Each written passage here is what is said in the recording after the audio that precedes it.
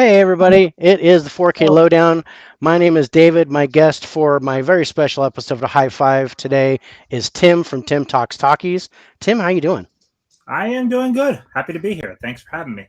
Good. It's a pleasure having you on. I know you and I have gone back and forth with trying to get on each other's streams.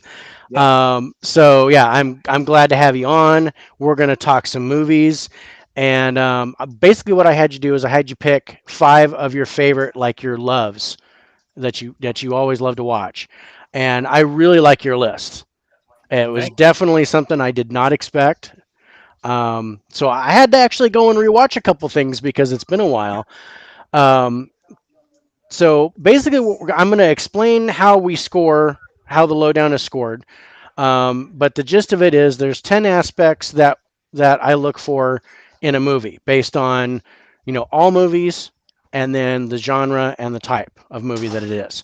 So the first main five that I look for in all movies is I look for the cast, the acting, the plot, the ending, and the story. And we'll explain that how to score that as we go. After that, it's based on genre. There's three aspects based on genre that we're looking for. And so if it's action, it's three things. If it's sci-fi, it's three different things.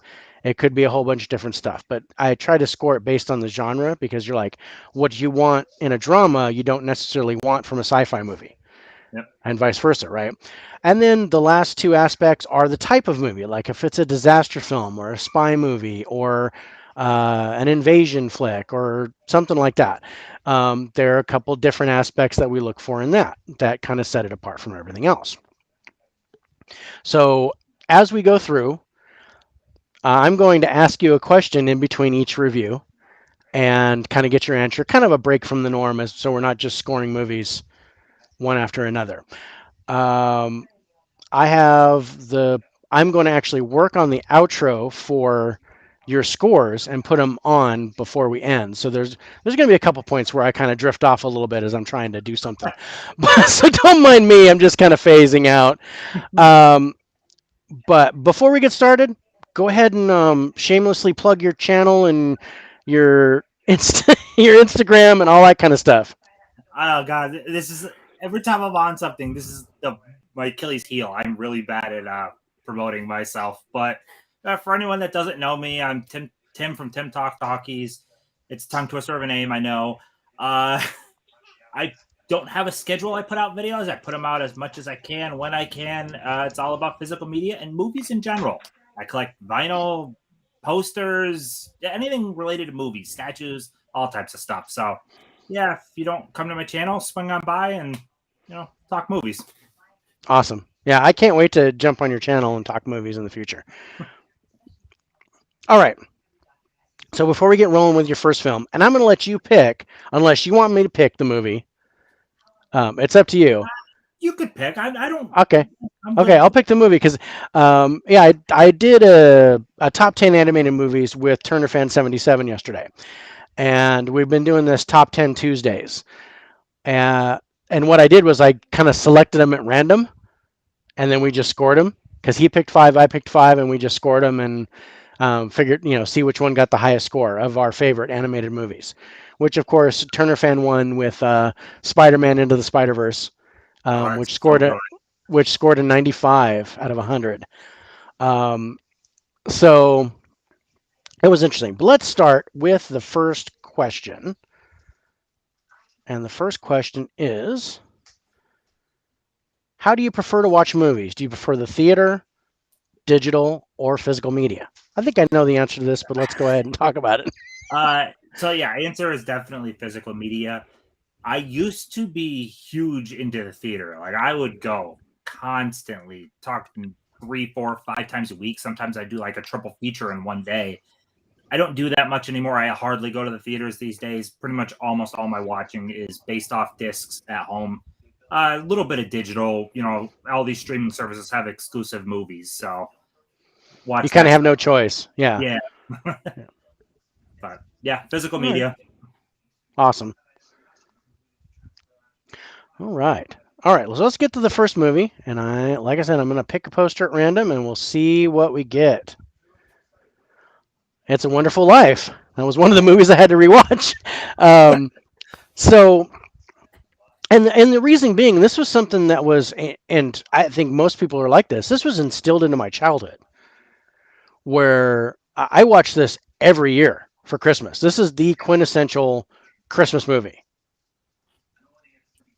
Yeah, And I mean, by the time I was like 14, 15 years old, I was sick of this movie. I just I could not bring myself to watch it anymore. But it was actually kind of refreshing to go back and watch it. So I was really happy with getting a look at it. And I want to thank you for making this one of your favorites, because ordinarily I wouldn't think I would have got this one from anyone else.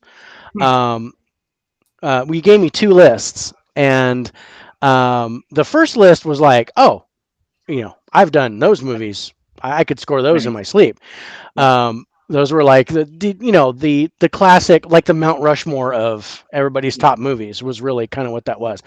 And then you gave me the second list, and I'm like, wow, I like that second list. And then when you said let's do the second list, I was totally down for that. yeah. Um, so okay, so the first thing to do is we talk about the cast. Now, the cast of the film is based on who you know, who you recognize from the cast. If you recognize the cast member by face and name, so like you look at oh, I know who that dude is right off the bat, it gets 2 points. If you recognize the person by face, but you can't remember their name, or you're like, I know that guy, but I can't remember what movie they were in, stuff like that. This might not, this is a little bit different because this is like way before you and I were born. I'm just Yeah. guessing that I'm older than you, but I know it's before I was born. Yes. I think it was before my mom was born when this movie came out. But because 1946, I think, was the release date for this. So this is a really old movie. So Yes. generally, what I do is if the movie came out before you were born, or it's a foreign film that you wouldn't recognize the name of the actors anyway, it automatically gets a 4 for the cast. And then if you know anybody on top of that, like for example, the one I knew was Jimmy Stewart. Oh yeah. I was like, by sight, I was like, oh yeah, Jimmy Stewart. I know who that guy is. Donna Reed, no idea. I had no idea who that was. Um, but I know she's in the cast. Um, so who did you recognize from the cast? Well, James Stewart by far is the primary one. My mom, her favorite actor was James Stewart, and she played classics all the time. So I grew up with that stuff. I grew up with It's a Wonderful Life playing all the time. So yeah, James Stewart by far, he is tied for my favorite classic actor with Hmm. Cary Grant. I love those two. Oh, But okay, good. yeah, by far, Donna Reed is someone more so. She's not per se one of my favorites. She's kind of more so. Oh, I recognize her, but she's not one that I have really anything else of hers. I think this is the only thing. So James Stewart is the main one. Okay, but like Donna Reed, would you go? Oh yeah, I know who that is, but I can't remember her name, or would it be? Yeah. Based off of when I Okay, see her, yeah, it's like I said, I can't be like, oh, that's Donna Reed. I'm like, I seen her before. Yeah, okay, all right. So yeah, that she's that makes sense late then. Yeah. So if we go with a 4 to start because it was before we were born, you add 3 because you knew Jimmy Stewart name and face and Donna Reed by face. So that gives you a 7 for the cast. And I was at a 6. So let's go to the acting. And this is quality of acting based on your personal preference. How did you feel the movie was acted? And I'm like, I mean, for me, I was like, I don't know how I could possibly not give it a 10 because it was just yeah. brilliant. But So what do you think? I absolutely fantastic acting. James Stewart knocks it out of the park. Seeing his, you see his, uh, what would it be? Hope early on because he's going to go out and make a man of himself and travel. And then you see his hopes and dreams essentially crushed. Then he's kind of built back up again. he does a really good job of portraying everything. And that scene on the bridge when he's ready to actually kill himself, he is so good. You felt that. Yeah, Yeah, I felt that. 100 joined us on the chat. Hey guys, how goes it? Going great. Thank you so much. He says, It's a Wonderful Life is one that's really grown on me over the years. As a kid, I didn't care for it, but now I love it. yeah. That's great. Okay, so yeah, I'm guessing you're at a 10 for Oh the yeah, acting. yeah. Yeah. I'm not. I am. I totally agree with that. um, okay, so now for the plot. Basically, what I do for the plot is I read the back of the box, and then judging by the back of the box, what you read, whether you would actually watch the movie or not. And unfortunately, for It's a Wonderful Life, I don't have it. So I pulled up IMDb. I was to say I have the steel book here, but there's not a Right, lot. unless you keep the J card or something like that, you're not going to have the plot.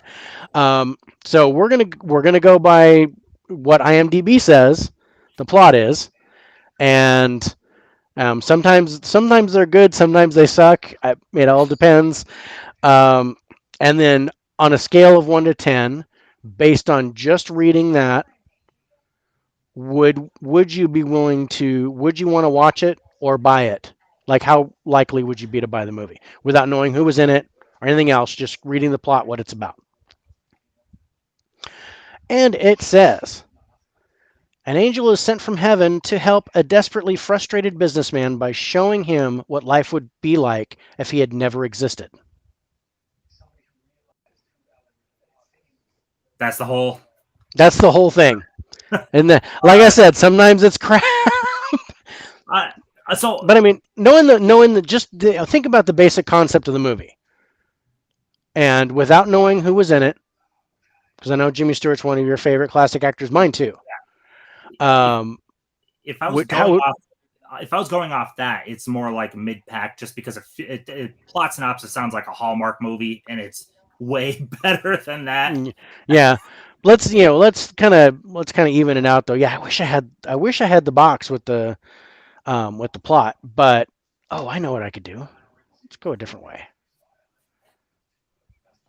I've seen a couple of Angel movies from Hallmark, so Um, yeah, I had to watch Highway to Heaven all the time. That was like one of my mom's favorite things.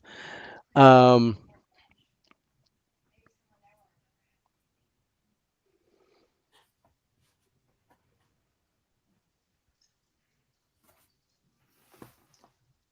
yeah. okay.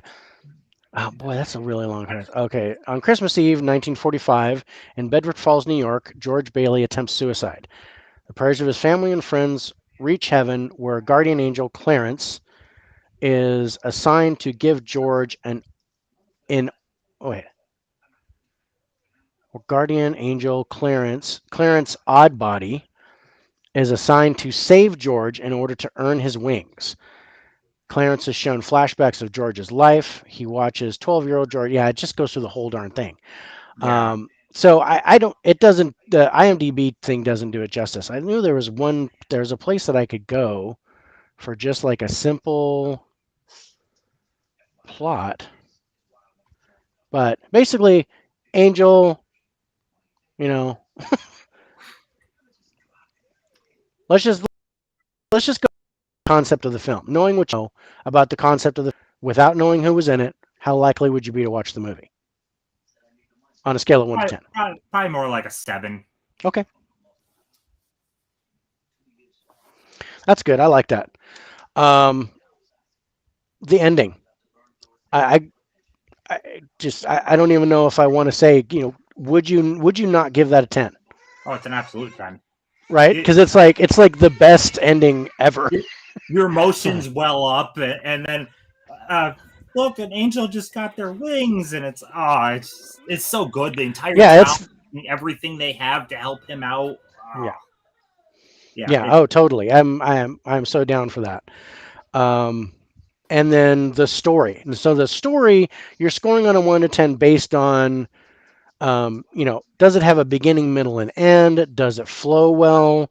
Do you get the closure that you wanted? Does everything happen? No holes in the story. anything like that. I think this is one of the better stories. I mean, period of any movie for me. And this is coming from just rewatching this because I probably haven't seen it. Like I said, I haven't seen it since I was 15. Yeah. Um, and I went and watched it. I went watched it 2 weeks ago because we were going to do this show last week, and then something happened with my personal life, so I had to take care of that. But so I did get to watch it 2 weeks ago, and I was like, oh wow, I really enjoyed watching that. So, what did you think of the story? Just how it plays out, you know, character development, all that kind of stuff. What did you think on Oh, the scale of one? I like it a lot. There's really nothing for me to complain about. Right? It does a great job at showing young him and his ambitions and how they've changed to keep the building and loan going, and he puts his own hopes aside to keep the family name going. It's great. I love it. Yep. Okay, put a score on it. I'll give it a 9. Okay. Awesome. Okay. I have this listed as a drama holiday movie. So, drama being the main genre, and then the type of movie is a holiday movie or a Christmas movie. But holidays like planes, trains, and automobiles fall into that, and things like that. The focus on other holidays, but Christmas is Yeah. the main one. So the first thing that I look for in dramas is the interest, like my interest in the topic or interest in the subject matter.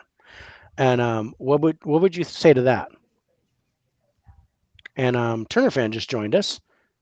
Hey, bro, thank you so much Hey, for jumping in. But yeah, would what would be your interest in the subject matter, like the whole angel thing, and you know, I almost think of it almost like a time travel movie, to where it's like, guess what? You never existed, so this is what life would be like if you weren't here. yeah. Things like that. So, how interested would you be in the So in the subject? I guess pretty relatively interested because I mean it riffs off the idea of Christmas Carol pretty well, Yeah. but the fact that it throws in attempted suicide, especially for a movie from 1946, like it goes in dark places, like really dark places that a lot of movies in that time frame didn't go. Hmm. So I just Okay. yeah, So how would you put a number on that? man, it's tough. 9 again. It's Okay. hard. It's hard. Like if it didn't involve the attempted suicide, like that to me really That that's that kind of daring. set you back. That No, kind of no, set you back a little. no, it helps it for me because Oh, okay. So it that's made it it, like, because it was yes, such because a taboo subject yes, that's a daring thing to throw into a movie in from 1946. Yeah. yeah, that really is. Like it didn't try to make things light and fluffy. It went in a very dark place, and then it kind of rebounds you from that and shows like you do matter, George Bailey. Like what you do matters. These people love you. So yeah, no, it's a topic that really a lot of Nice. movies did not cover at that time. Oh yeah, no, that was like, it was back when, you had twin beds in the in the room, and the husband and wife weren't together like that. Yeah. So 100 wanted to ask, what is your favorite James Stewart movie? Would it be this one, or would you pick something else? It's Because tough to I say. have mine. So I also love Vertigo and Rear Window and Rope. I mean, he's done so many great ones. Flight of the Phoenix is great. It is it's tough. I would It's kind probably of hard to say choose. It's a Wonderful Life strictly off the what it means to me because like I said, my mom playing it all the time and growing up Right, with because it. you have the sentimental. Yeah, Yeah. totally. I, So I, I totally get that. I would probably pick It's a Wonderful Life out of all of them, but man, Yeah, Rope is great though. yeah. It's funny. My pick off the top of my head was Harvey. Harvey's I good. I like it. I loved that movie. I loved him in that movie. He was so fun, and with the imaginary. But I dug that movie a lot. So Harvey would be my pick for Which my favorite Jimmy Stewart movie. that's But yeah, like you said, it's like picking from a bushel of Honeycrisp apples that are perfect. You could go, oh, Vertigo, because I love Vertigo. That's probably my favorite Hitchcock movie. yeah. And you could pick Rope. Rope was awesome. So yeah, when you started rattling off movies, I was like, yeah, it doesn't matter. You could really grab any one of them out of the barrel and go, yeah, this is a great choice. And what's crazy when you mention Harvey, it James Stewart covered different mental illness aspects across different movies. Like even though Harvey ends up by the end, like Harvey is real, even Yeah, though you don't see it, but like it's about mental illness the whole movie. Like yeah. everyone thinks he's crazy. Like that is a really good movie. And again, another kind of topic that movies weren't really touching on that much. Hmm. But Harvey made it in a light and fluffy, fun way. Though it's all done. It's all done in jest in that movie. It's just fun. Yep. Nice. Okay, so the next thing for dramas that I'm looking for is a good script, something that falls along the lines, and this helps the acting and the story as a whole. But what would you think that the script on this had to be really good? Script to me is it's a 10. It's Yeah, the whole movie is dialogue based. Really, I mean, without good dialogue, this movie does not flow.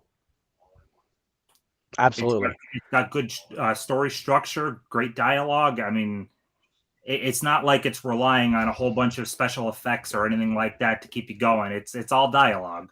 Hmm. Uh, Yeah, yeah, it's all dialogue and emotion. So it's acting and the script. It's like, yeah, without that, yeah, this movie wouldn't have been anything.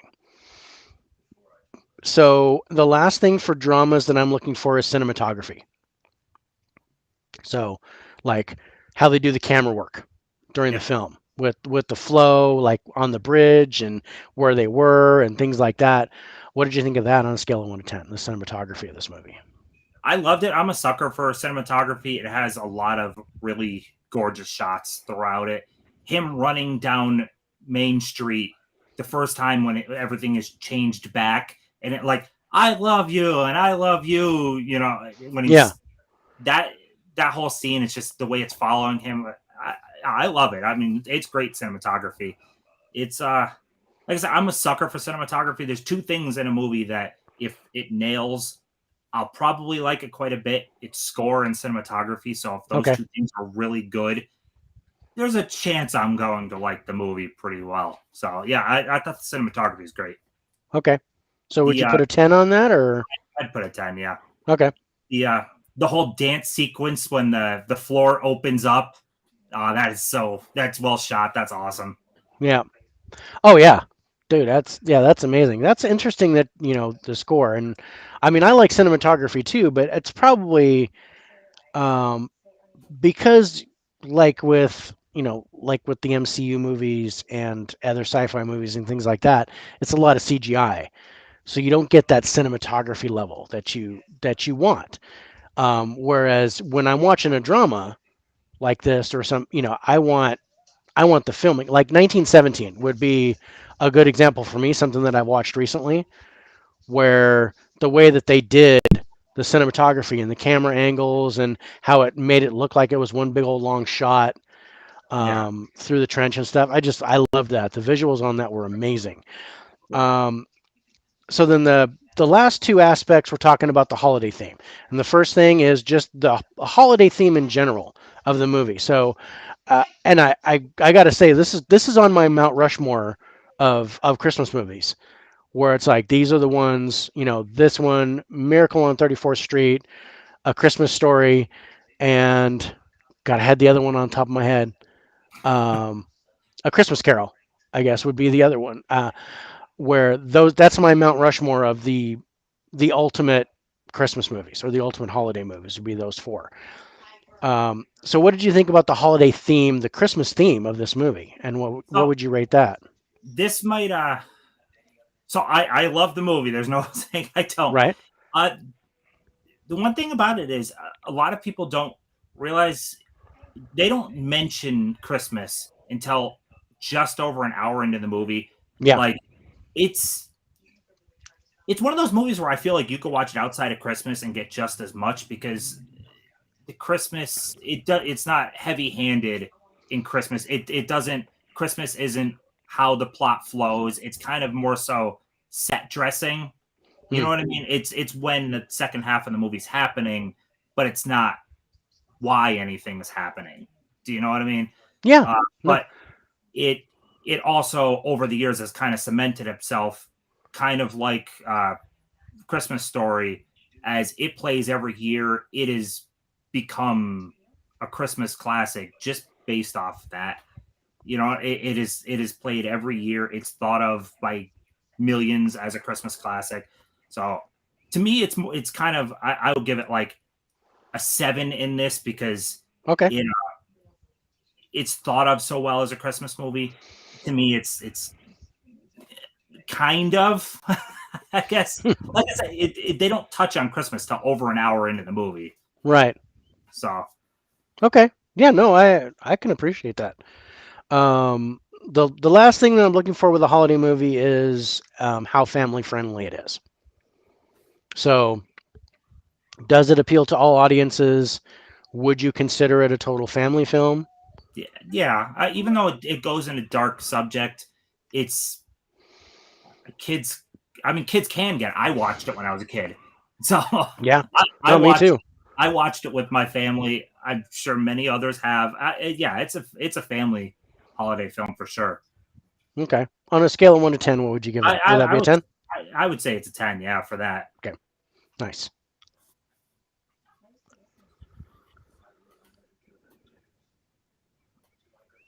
All right. Goodness knows it's on every single Christmas and Every single Christmas, and some stations I know on my cable box, it's like running 24 hours. um, did you know? So I imagine you know that the movie bombed when it came out. Like it yeah. did not do well at all. Yeah. It No, it didn't do well. it only gained its love and admiration essentially because it went public domain, even though it didn't fully go public domain, but it was thought to go public domain. So it was played on all types of channels because they could play it for free. They cranked out, VHS for it like crazy and everything. So it gained its like cultural phenomenon more in the past like 30 years. In the first couple of decades it was around, really it wasn't that loved or cared for. So it's kind of crazy how that happens. I mean, Christmas Story is the same thing. It bombed, no one cared about it at all, and then it starts playing on TV every year, 24 hours, and people love it. Yeah. Now it's like huge. Yeah. Um, okay. So, do you want to know your score, or do you want to be surprised at the end? Well, let's save it for the end. I'm kind of thinking that too. This is kind of the first time I even thought of that, and I'm like, you know what? I think we just all be surprised with your rankings at the end and the scores, what you got. I think that would be kind of cool. All right, so before we move on to the second movie, and I'm working on my project really quick. Let's go to question number 2 in the Hi-5 hot seat, and that is, what is your favorite snack and or beverage for movie watching? So beverage, even though the theater I go to serves Coke, but I when I'm home, it's You're a Pepsi Pepsi. guy? I'm a Pepsi person. Yep. Okay. And snack. So when I'm at theaters, it's always Twizzlers. I love Twizzlers. But when I'm home, it's generally whatever junk food I can I can get my hands on. Nothing super specific. I've been eating a lot of pretzels lately, so Okay. Yeah, do you like just regular pretzels? Do you do chocolate covered or no, I do like regular a lot, but I've been having the Snyder's. They're like flavor ones. okay, like with the honey mustard or Yeah, yeah, that, yeah. that kind of stuff? Yeah, okay, I know what you're talking about. All right. Nice. Good answer. I mean, in the theater, I'm always a popcorn guy. It's not. It's almost an automatic pilot for me. To where it's like popcorn. I gotta have my popcorn, and I gotta have my tea. If the if I go to a theater that has iced tea, that's it right there. I'm not much of a soda person at all, but if I have to, it's either Pepsi or Coke Zero, whatever product they use. Yeah. As far as snacks at home, again, I prefer tea, so I'm an iced tea person at home, and I like chocolate covered banana chips. That's got to be my Ooh, that's my nice. go-to movie snack. Yeah, and I like to put them in the freezer and get them nice and cold, and then I have this cup with a bowl on top, and the is full of iced tea with a straw, and then I have the chocolate covered banana chips in the bowl, and I can sit there and just snack and drink and watch Jurassic Park or whatever. Um, so yeah, that's kind of my go-to is the chocolate covered banana chips at home. I can't get that anywhere in the theater. I can't find that anywhere. No, yeah, But yeah, that's but at cool. That's my cool. grocery store, yeah, at my grocery store they get it in bulk. I usually get like 2 or 3 pounds of it, and just put it in the freezer, and then take some out to snack while I'm watching a movie. All right, let's jump into movie number two.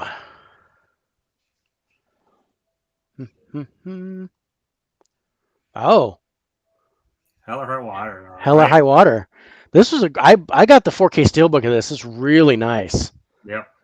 And I was really surprised by this movie. I wasn't that intrigued at first. I mean, except for the fact that it was Chris Pine and Ben Foster, and a little bit with Jeff Bridges. But Ben Foster is one of my favorite actors. Ben Foster's I incredible. He is so good. He elevates everything he's in. Like Yeah, he gives 100%. He's been in movies with pretty terrible script and pretty like but he is great. mechanic. Yes. But because yeah, that's one prime example because he's there with Jason Statham and he's just burying him Yep. with his acting talent. I mean, he was leaps and bounds better than anybody in Yep. that movie, let alone the lead. But yeah, I mean, just about every movie he's done, he's so good. I mean, all the way back to I remember the first time I saw him was 30 Days of Night. That's the Yeah, first time I remember his him. smaller role where he's very creepy. Yeah. Yeah, he's in the jail cell and I dug that. It was Yep. so good. And I think my favorite role of his was probably Pandorum. Oh, that's a little deep cut there. That Yeah, movie kind of forgotten. oh man, he was so good in that movie. I loved that story and how it played out. It was amazing. But it's really rare that he's the lead though. He's really the kind of bad guy Yeah. in the movie. And Yeah, my he's granddaughter just ran behind me. Go over there to your mom. yeah, Ben Sneaking Foster in. is Ben incredible. Foster's amazing. He's incredible. Yeah, any movie that he's done, he just knocks it out of the park acting wise. Yeah. He's got to be one of my favorites of all time. Um, okay, so let's go to the cast, and so uh, this is definitely after we were born, so no 4 point bonus. But there's some actors that I recognized for sure. Um, so who do you recognize from the movie? And this, like I said, it's um, face and name. Yeah, obviously, Foster, Pine, and Bridges, and it would fall into the I I can picture him but not know his name. The other cop, the one that was killed, Bridges' partner. Right. Yeah, I can't think of Yeah. his name, but yeah, but Yeah, I know exactly what you're talking about. That's Gil Birmingham is his that's name. okay. Yeah, Yeah. But yeah, he was one where I was like, oh yeah, I know him. yeah. But yeah, I've seen I him, couldn't tell you his name. yep. Um, But but yeah, totally those makes sense. those three leads though, oh my god, they're so good. Yeah. Oh yeah, they played out. Oh, so this is a really well acted movie. I was very impressed. Like I said, this was The year this came out, which was 2016, I believe, this was my sleeper pick of the year because I didn't expect a whole lot out of it. But when I watched it, I was like, oh man, I'll watch that every day and twice on Sunday. That was Yeah. that was really fun. Okay, so I have you at a 7 for the cast. So what do you think of the acting? Oh, acting's a 10. It is. Right? Yeah, it's so and good. Chris Pine was good in Oh, this he's one. And great. I guess I'm used to him being Kirk, and his acting job isn't as good in the Star Trek reboots. But in this movie, he did a really good job. And I just watched something with him, The Contractor. It was Um, okay. it was okay. I thought he was good. Yeah, The both him and Foster were good. The yeah, Foster's in that too, and that's what caught me was like, Yeah, oh, they're both in that one too. So I'm totally but down for this one. everything around the whole plot, it was just kind of generic. There was nothing. It's not bad. It's just kind of Yeah, run of the mill. yeah, and yeah, I like Kiefer Sutherland, but I didn't like him in this movie and in The Contractor. Yeah, And I really thought the whole end of the movie was just kind of thrown together. Like, okay, we got to end this, so let's just let's just have them all fight and kill each other and see who comes out on top. It was like they just kind of threw the ending together. So yeah, that's kind of my biggest disappointment was the ending. But I thought yeah, but yeah, like you said, it was generic. It's your basic, oh, corruption, blah blah blah, like without remorse, as an example, kind of the same thing. Only that was Jamie Bell, another actor that I really like. But Michael B. Jordan did Without Remorse, and it's yeah. That was from the that was Tom another. Clancy. Yeah, it was okay. That was another. Yeah, It was yeah. watchable. I liked that a little bit better than Contractor, but anyway, we're jumping off subject. I could talk all kinds of movies all day with you, Tim, but let's go to the plot.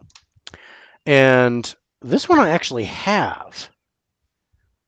So let me grab that and I'll read the back of the box. It'll be so much better.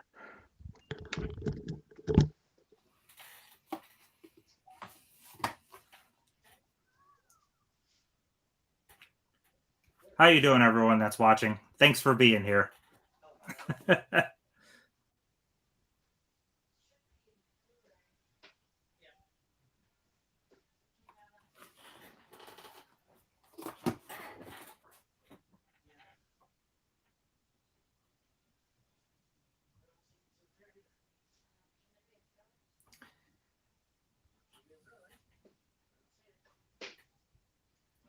And 100, if you're still watching, Freaks and Geeks is a great show. I actually forgot Ben Foster was in Freaks and Geeks.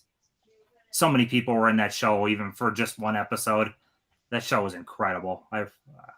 It was well ahead of its time.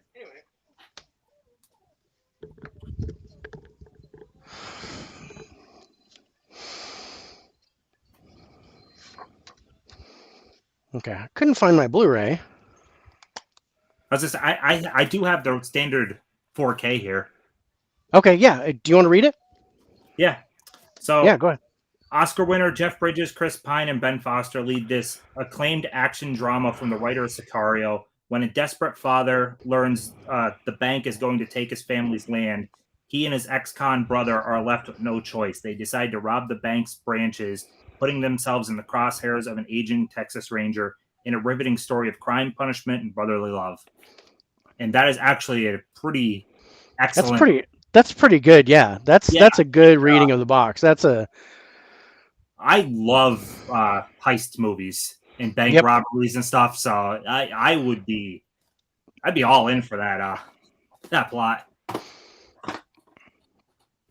Okay, on a 1 to 10, what would I'd you give go that? 10. Sure. I'd go 10. Yeah, yep. Nice. I see All right. bank robbery and I'm in. Oh yeah, I love heist movies, and I had trouble with the type of movie with this one, because heist movies. I'm thinking Ocean's 11, Yeah, Italian Job, tower heist, things like that. Yeah. This is more. I Western. lay. I labeled this a crime thriller because it's That works too. Yeah. yeah, it's because it was more of a thriller and not really a comedy or an action movie. It was really a thriller, intense, really good stuff going through. So yeah, I labeled it a crime thriller. So that's how we're going to score it. But yeah, it could easily go down as a heist movie, for Yeah. sure. Um, so the ending of the film, on a scale of 1 to 10, what did you think of the ending? I loved it. In typical Ben Foster fashion, he goes out in a blaze of glory because he does in quite a bit of his stuff. Yeah, I love it. Brother doing what he can to help his brother get away, and Hmm. uh, Jeff Bridges going for all vengeance he can. It's great. I thought it was a great ending, and even the very end with Bridges coming to Pine there on his porch. He knows it's him, but there's nothing he could really do at that moment. Hmm. Uh, yeah, it's great. It's a I feel like I'm going to throw a lot of tens out on this movie, but I thought the ending is great. It's seriously it's a 10. Okay. Oh, that's awesome. So yeah, 100 said, Ben Foster's a credible actor. First saw him in Freaks and Geeks. I remember that. Yeah. Had a feeling he was going to be a star. Oh yeah, totally. Turner fan, my bro. I'll have to pay him for this. I love scoring movies the Lowdown way. Um, I need to rewatch Freaks and Geeks. Yeah, I got to catch up with the chats. Have you guys seen the show I Am the Night? Chris Pine did a really great job in it. I can't say I've seen that. I what is I believe that's the one where he's going after which killer is it? He's the reporter. I'm pretty sure if that's the show I'm thinking of. I watched like half of it and I really liked it. I just kind of fell off, which happens with TV shows with me a lot. Uh, I'm pretty sure that's the one. He's the reporter and he's going for God. Which kill? It's the killer from the Black Dahlia. I think. God, I'm blanking here, but in my Yeah. mind, I Oh yeah. Early 1960s, a teenage girl looking for a real father and a disgraced journalist seeking closure find themselves drawn into a web of secrets revolving around LA's most infamous cold case, the Black Dahlia. okay, yes, it is that. All right, So yeah, that was a TNT thing. Yeah, I never got to see it.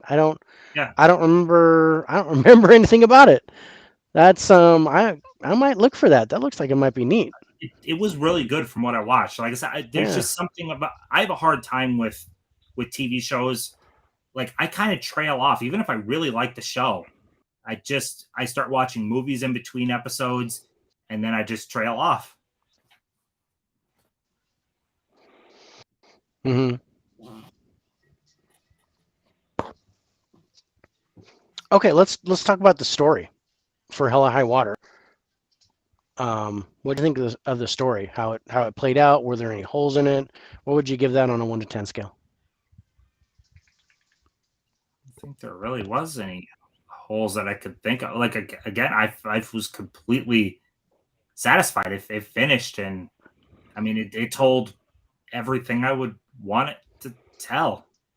I guess if anyone didn't like the kind of cliffhangery, does Bridges end up getting Pine or not? But I Yeah, loved it. I yeah. I, Okay. I, Would you I, go 10 or would you? again, yeah, I feel like I'm just gonna throw out a bunch of You're, tens. you just you're gonna throw tens at this thing, It's except this for the movie. French judge. The French judge is gonna give it a 7 for the cast.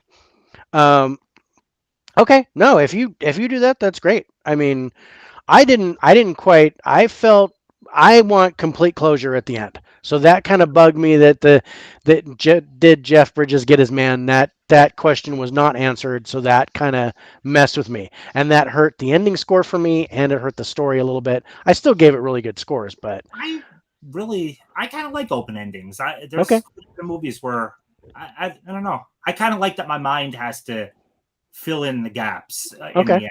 I like open endings. all right, nice. Um, so let's talk about the genre. This is going to be a thriller. Um, be higher than my Spider-Verse score. I don't know. He's already at a max 97, bro. You were at a 99 for Spider-Verse. So, and that's It's just I talked him down to a 9 on one thing. it's Um, always so good though. That's why I feel like I am. That's what another reason I didn't want to go with my first list because I feel like I would just throw. Yeah, I have the steel book too. I yeah, just God, I love this Steelbook. I jumped at this the first chance I got as soon as yeah. I saw that it was available. Um, it's just it's so good. It's a really good movie. Definitely, it surprised me. I didn't. I was expecting good but not great, and yeah, it was Uh, fun. It was a lot of fun.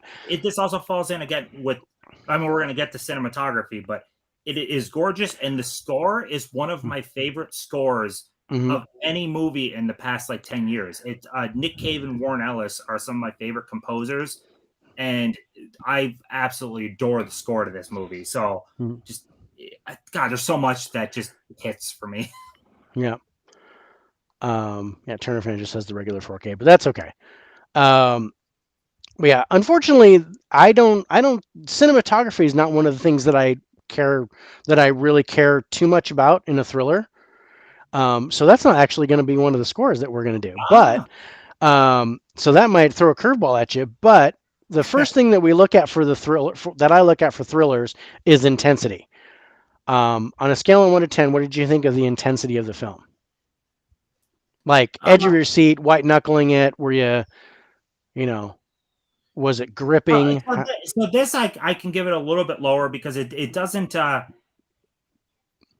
keep the edge of your seat going the whole time. It kind of ramps down in moments. So Right. I'll give this an 8. Okay. Yeah, I gave it an 8 too. The next thing is the pace of the film.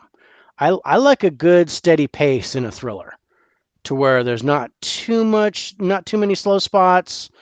It doesn't have to be like balls out action all the way through, but I want to keep interested all the way through there. Where there's always something going on to keep your mind working. So, what did you think about the pace of the film? Were there any slow spots that you can remember? Uh, hmm. The diner scene kind of comes to mind, but the diner Yeah. scene is pretty good stuff. I'll It, go 8 on pace also. okay. Okay. Yeah. I agree with the diner scene, but yeah, there was still stuff going on to where I was interested all the way through. I didn't feel there was any like incredible lag or really slow spots. I can't say it had the pace that I love, but I liked it. Yeah. So I think I was right around there. Um, and then the last thing that we're looking for in the thriller is suspense, like where you're not sure what's going to happen. The Was this movie predictable? Was there suspense in it? Was it unpredictable in the fact that you weren't sure how it was going to end, or how did you feel about the suspense of the film on a 1 to 10 scale?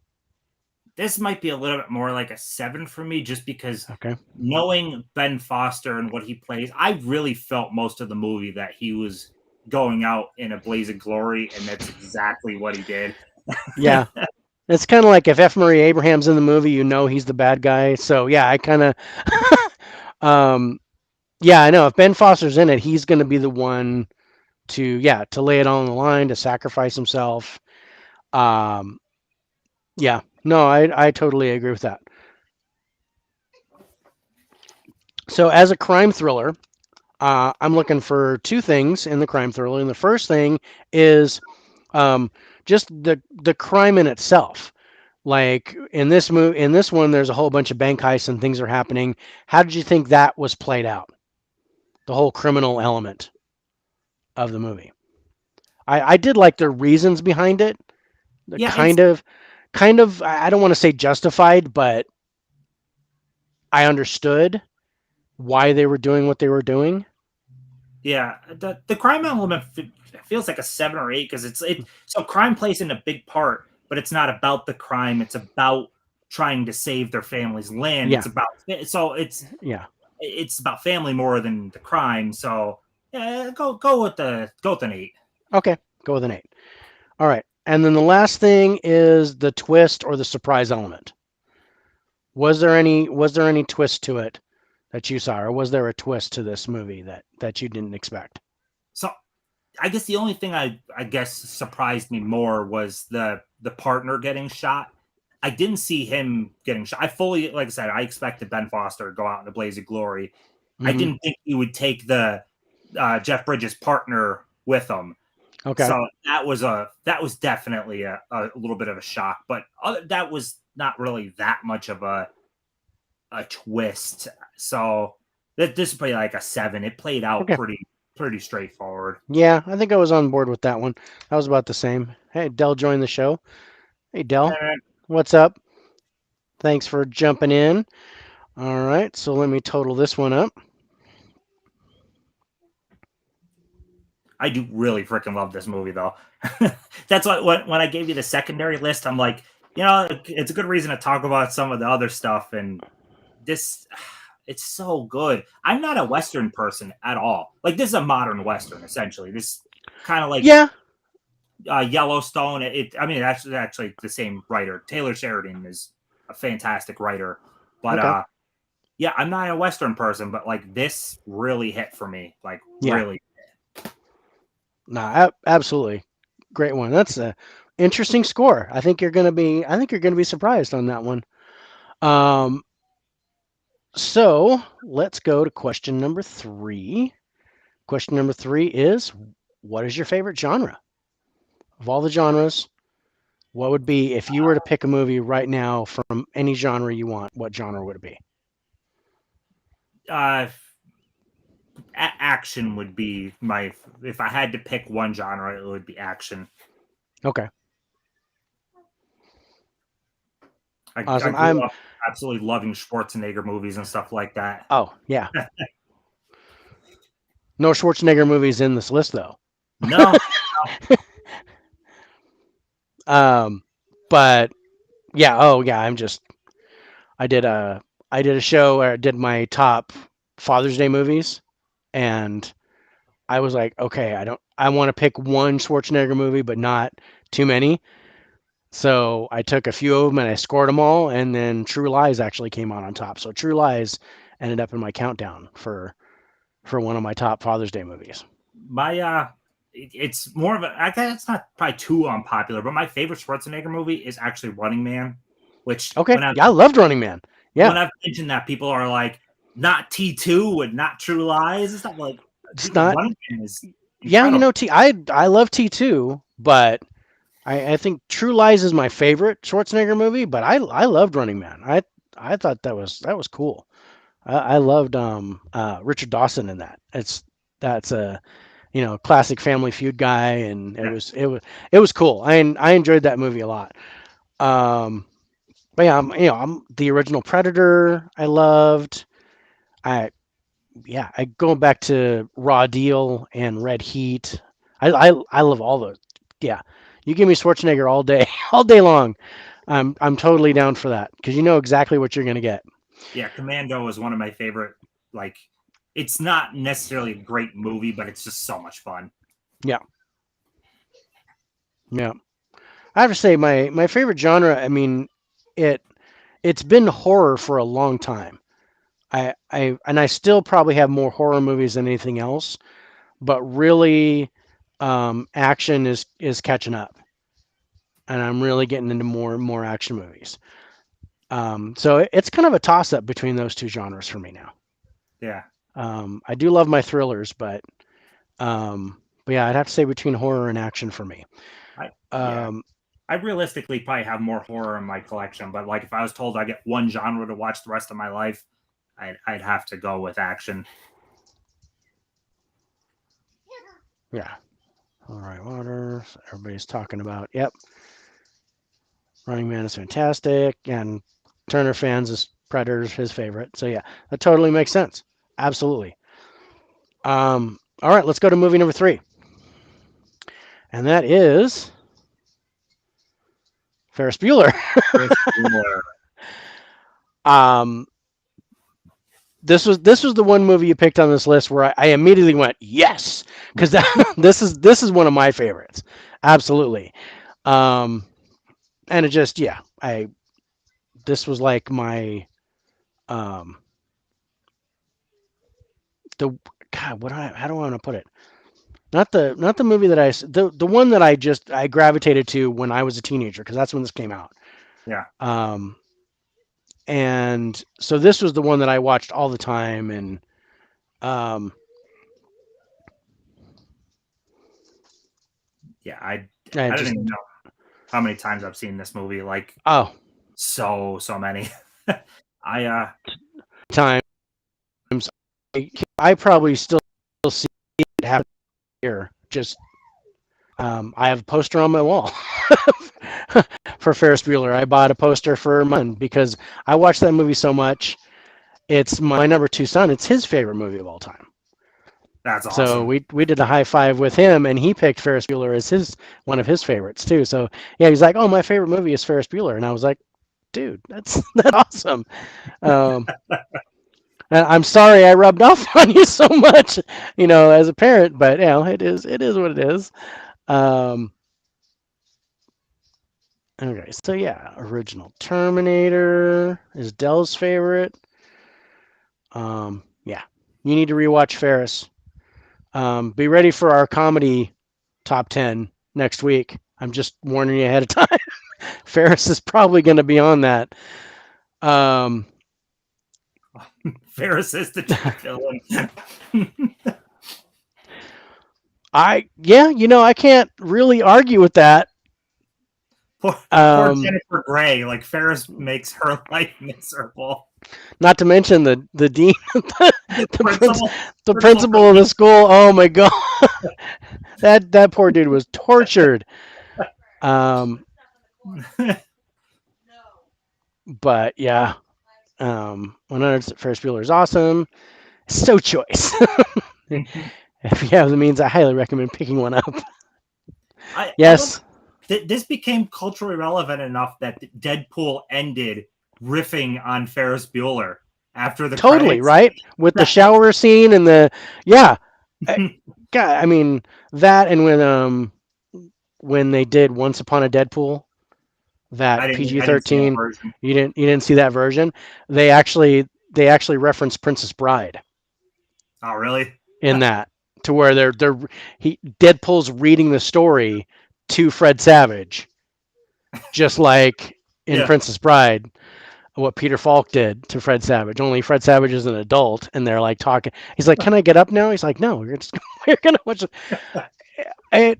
It was a totally lame attempt at Disney trying to do a PG-13 Deadpool with remaking Deadpool 2 as a PG-13 movie. I Yeah. still got it because, again, it's Marvel. They can have my money. It's fine. Um, but there were parts I enjoyed, the references to Princess Bride, because of that type of thing, that type of nostalgia. And yeah, I do have the steelbook for Ferris Bueller, and it's very cool. I never, for some reason, I never picked that one up. I should because it's sitting in FYE. I just there's like 10 copies. I'm like, I'll get it another time, and just never grabbed it yet. Hmm. You still have an open FYE where you're at? Yes, yeah, Man, I did too. two. Yeah. I gotta I gotta drive 2 hours to get to a Barnes and Noble. Oh, Um, I have all that stuff around me.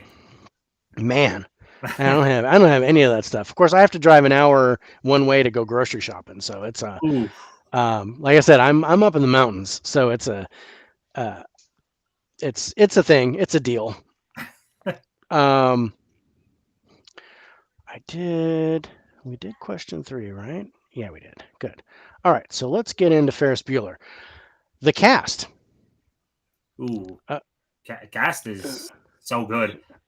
yeah. Who did you Oh, recognize I from the mean, cast? Matthew Broderick, obviously. Right. Alan Ruck is great. Mia Sarah, Jennifer Grey, obviously. I can't remember the Principal Rooney, his name. Jeffrey Jones is Yeah, his okay. name. But And yeah, he would be a one because you recognize him, but not and same thing for what's her name that plays his assistant, but she was in right. Planes, Trains, and Automobiles also. Right. Yeah. Edie McClurg. Yeah. Yes. Yeah. So, And then you've got a Charlie Sheen cameo. You got Yeah. Ben Oh yeah, Stein. Charlie Sheen's cameo is great as like the druggie. Yeah, you got Christy Swanson, a really Yeah, young Christy Swanson in there. So so yeah, for me, I was definitely at a 10 because of all the people recognized, and yeah, you were at yeah, you're at a 10 too, even by with the two faces, and then Alan, Jennifer Grey, Mia Sarah, and Matthew Broderick. So you're at a 10 for the cast. Let's not let's put it on the one that it's supposed to be. I almost scored that on one of your other movies. um, okay, let's talk about the acting. So, and we're thinking not necessarily like dramatic acting, but comedic acting works as well. What did you think of the acting on this on a scale of 1 to 10? it's. I mean, Matthew Broderick is great. That whole talking to the camera, fourth The wall whole fourth breaking. wall break. It's Yeah, it is yeah, so good. yeah. Alan Ruck is great as like the He depressed he friend. he's yeah he's amazing, and then when he's doing the voices, the George Peterson voice, Yeah. um and stuff like that. Mia Sarah, she was just kind of eye candy in the movie, so I didn't really feel that. But I like Jennifer Grey in the movie too. I thought she, Oh yeah. as the just the betrayed older sister, where she's like, you know, I'm thinking of Phineas and Ferb. Now Candace is always trying to bust her brothers, Yeah. and I got a 3-year-old granddaughter, so that tends to be on a lot. But uh, So, and that's kind of what I was thinking of is like Jennifer Grey was like the original Candace, where she was always trying to get her brother in trouble because he got away with everything. And, but yeah, just amazing. So what would you give it on a 1 to 10 for the acting? I, I laugh my ass off every single time. It's a 10. I mean, Mm. it's great. I love when just all the different moments with Jennifer Grey, like when the one of the random kids comes up. Did you hear Ferris needs a new kidney? Do you want to donate to save Ferris? Yeah. The look on her face. Yeah. Tell him all the people at the 12th are rooting for him. It's like the whole police station's like rooting for, really? They, save Ferris at Yankee Stadium. It's like, it's great. Um, I probably got the stadium wrong. I think they're in Chicago, right? Yeah, yeah. Yeah. So it was like cut. It was like John Hughes wrote yeah, most of the stuff revolving around Chicago. right.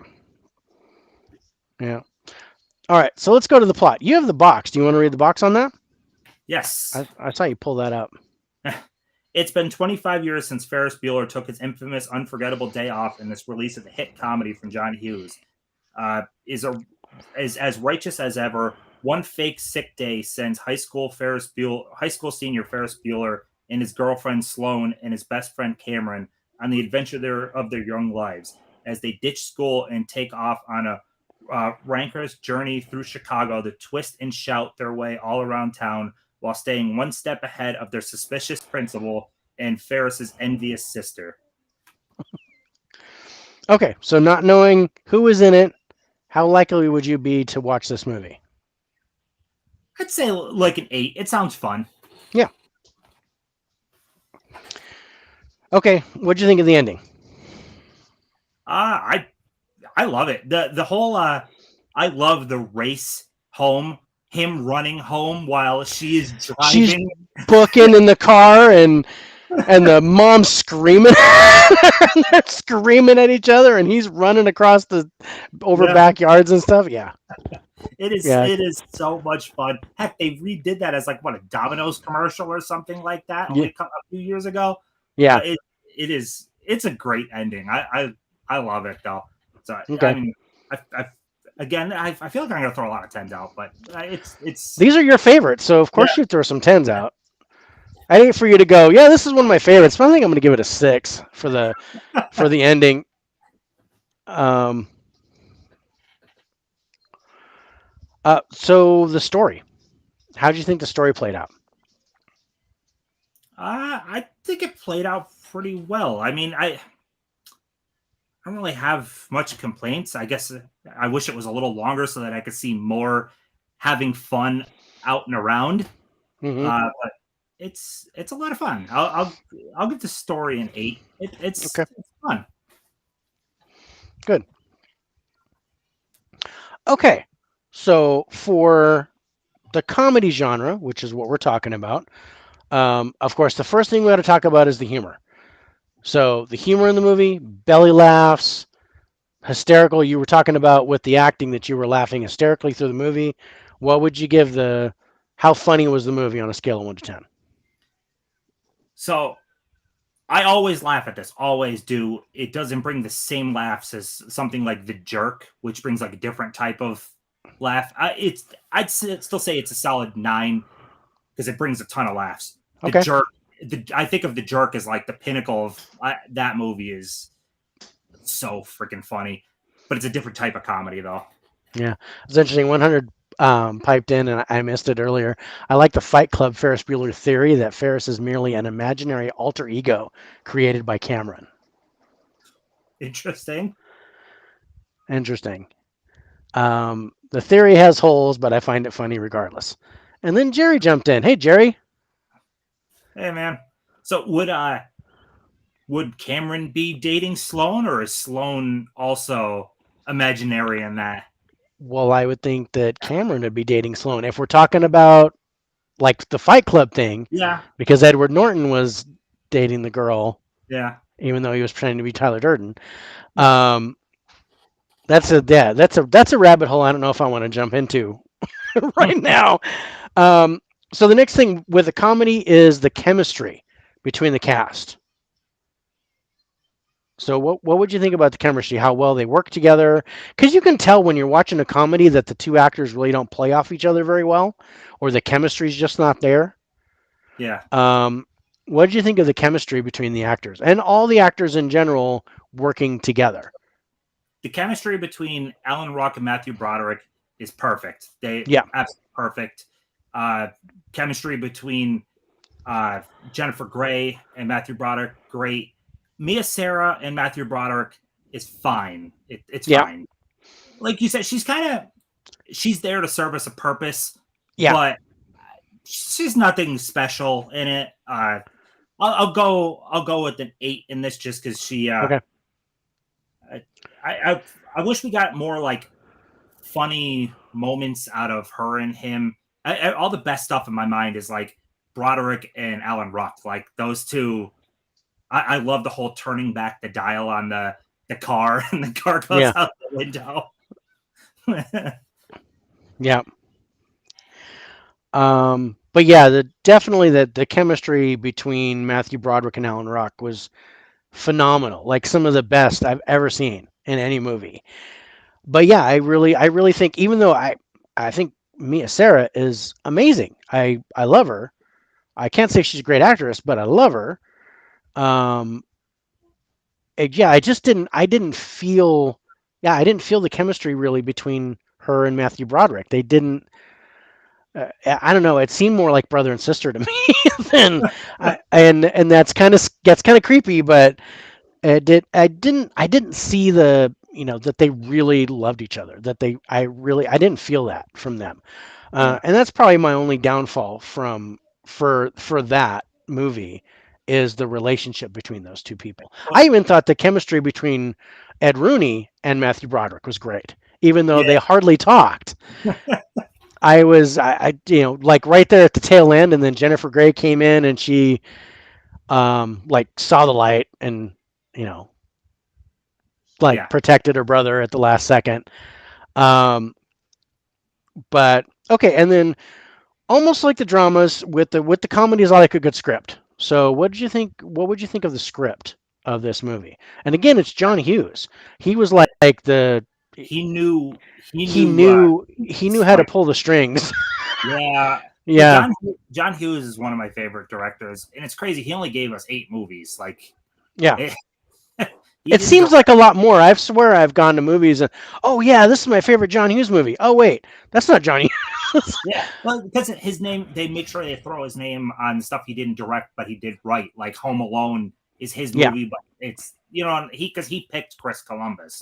So, but yeah, the writing is great. I can't really. I have a big book neck somewhere down here on John Hughes. I can't knock his writing at all. It's a okay. 10 because like that guy knew teens. He can write any movie about teenagers. Yep. Right. And that brings us to the type of movie, and this is a teen comedy. I originally thought of it as like a coming of age thing, but it really wasn't Yeah. because Ferris Bueller didn't grow in any aspect in this movie. Everybody else kind of grew around him. Is kind of what I saw. Alan Ruck's character grew, and the sister grew, and things like that. But I didn't see, Matthew Broderick's character didn't. There was no growth from him. He was him, and then um, everything else kind of caught up to him. Basically, is what I got in the movie. But as a teen comedy, we look at the teen theme of the movie, and what would you rate that on a scale of 1 to 10? I mean, comparing to other teen movies, it's probably more like a 7. Hmm. Breakfast Club would be like the 10. Yeah, yeah, for sure. I mean, like because I'm like Breakfast Club, Better Off Dead. Oh, Better Off Dead, $2. Yeah, Some Kind of Wonderful. Even I like that. And that was one of the ones where I love this John Hughes movie. Wait, Some Kind of Wonderful is not a John Hughes movie. Um, and then again, and that brings me to the last aspect of a teen movie is the growth of the characters, and not necessarily Matthew Broderick, but let's talk about the rest of the cast. So, what do you think about how the characters grew during the course of the movie? I love And Jennifer Grey's the most. yeah, The fact that she hated her younger brother and would do anything to get him, and by the end actually covering his ass, like that's I loved her arc. yeah, her And arc is my favorite, and Alan yeah, Ruck. Those are the two that were my favorite. Where he finally decided he's going to step up to his dad. Of course, the Ferrari's down in the ravine, but he's going to have to do something about that. But that he took the credit for that, or he's gonna take the heat for it. So yeah. so yeah, what would you give that on a 1 to 10? I mean, I know Matthew Broderick didn't really grow, Ed Rooney didn't really grow, the parents didn't really grow, um, Most of the cast didn't really grow, but but those two really kind of give caught up to everyone else. it an 8. Yeah, that's good.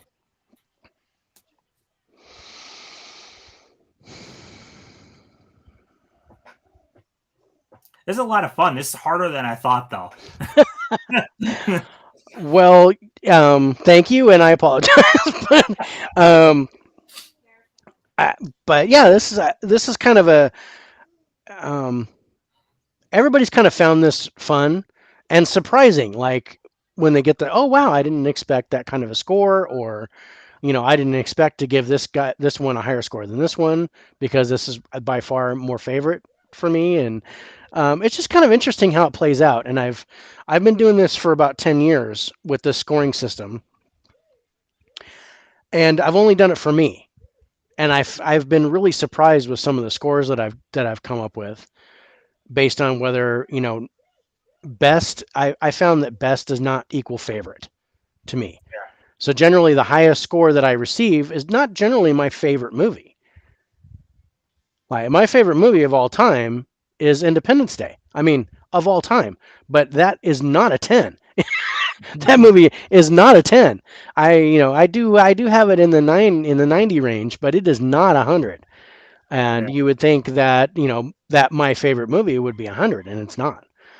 Um, so that's just it's kind of interesting how this comes together. All right, so let's go to question 4. Question 4 in the hot seat is, who is on your Mount Rushmore of actors and actresses? So male and female, like your top 4 actors All that you would put time. on all time on your Mount Rushmore. Like if you saw that person was in it, you would get that movie. So James Stewart does go on there. Audrey Hepburn goes on there. Uh, not for acting, but Schwarzenegger would go on there. Okay. uh, and Kurt Russell. Kurt Russell really. Oh, Yeah, nice one. Yeah. Good one. Yeah, Kurt Russell's great. I'd have to, every time I do this, I think about it, and I have to go Denzel Washington as my first choice, and then Tom Hanks because just Ooh, anything that's got him in it, I will yeah, watch. Um, Kate Blanchett she's great. uh, is she can play any role, and then Stanley Tucci. I love everything with Stanley Tucci. It doesn't matter. And I did not like Burlesque. I did not like Devil Wears Prada, but I bought both of those movies because of him Yeah, being in the movie. So yeah, Stanley Tucci, and one of my favorites of Stanley Tucci is a movie called Patient Zero. Patient Zero. I think it's Patient Zero. I keep thinking the Suspect Zero, but I think that's something else. But Patient Zero, where he actually plays a zombie, an intelligent zombie, and Matt I, Smith yeah, I is think I kind saw of the trailer for that. yeah. I enjoyed that movie. That was so cool. It's just a cheesy zombie flick where Matt Smith, who was one of the Doctor Who's, um, he actually got bit by a zombie, but he didn't turn, so he can communicate with zombies. Yeah, And he's interrogating zombies, trying to find out who the first one is. And then Stanley Tucci kind of walks in to the base and claims that he's the first one. So then they get into this verbal chess match between a zombie and a human, and then all the while the zombies were trying to find him. And and there goes my dog. Romeo, stop. I think about Tucci in the same respect as like Gary Oldman. Kind of Oh just yeah. I love him. yeah, Gary Oldman's always great, but they kind of just morph into whatever role. They're very good at that. Yeah, oh yeah. Gary Oldman, he could do any role. Absolutely. Let's see. Oh yeah, Cameron's coming of age story. Yeah, exactly, Dell. That's what I think too. Um, Nate jumped in. Hey, Nate. Hello.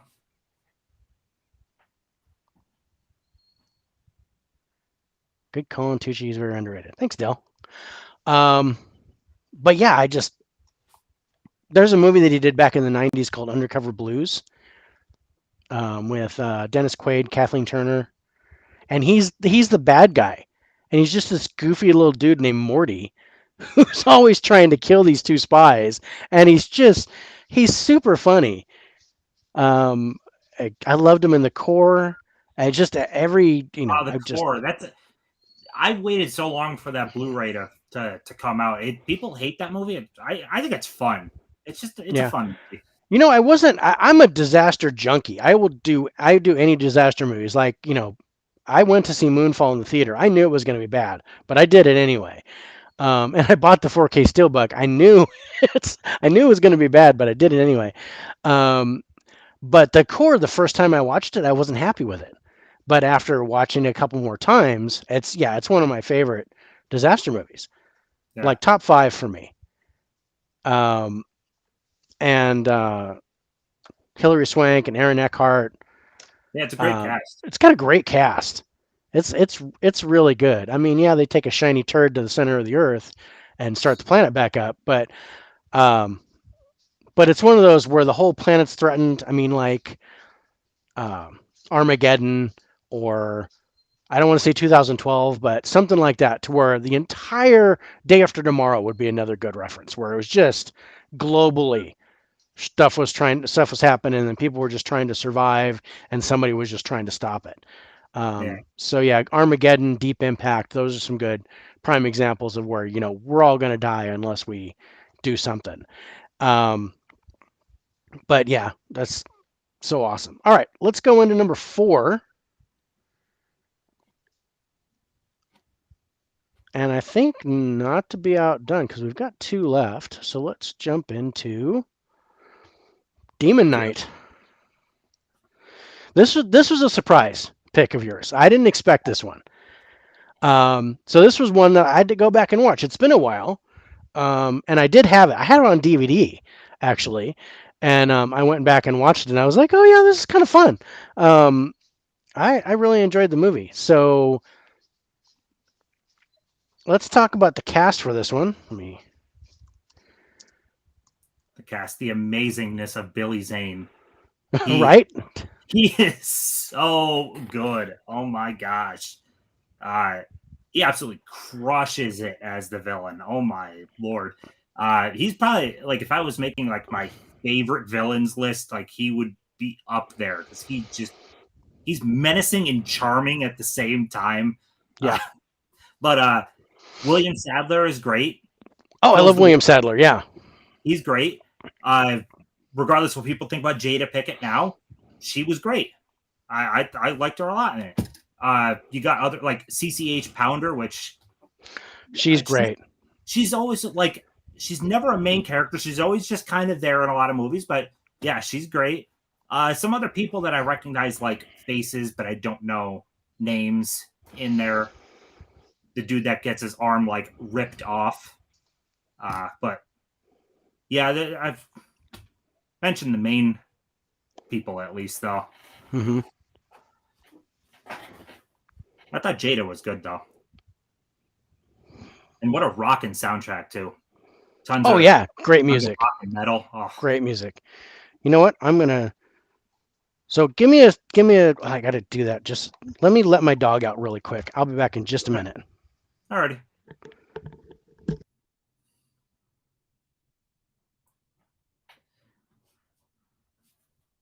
How are you guys doing? Hopefully I'm not giving too many tens out, and it's not seeming like I'm just. It's just hard with favorites. I want to give a lot of high scores.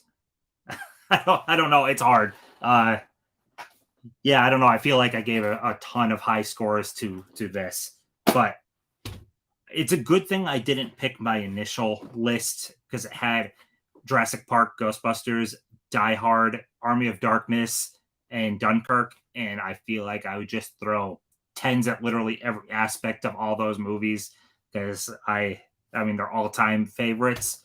So at least I went with other movies I love, but they're not my top 5 all time. So, but I'm still finding I'm giving a lot of tens out. So I don't know. This is hard, but a lot of fun. This would be interesting with this scoring to do it with movies I don't really love, movies that I'm kind of indifferent on, to see where the score would fall. Because I wouldn't be as tempted to just throw tens at literally everything. Oh my god, this is this is tough, but this is a lot of fun.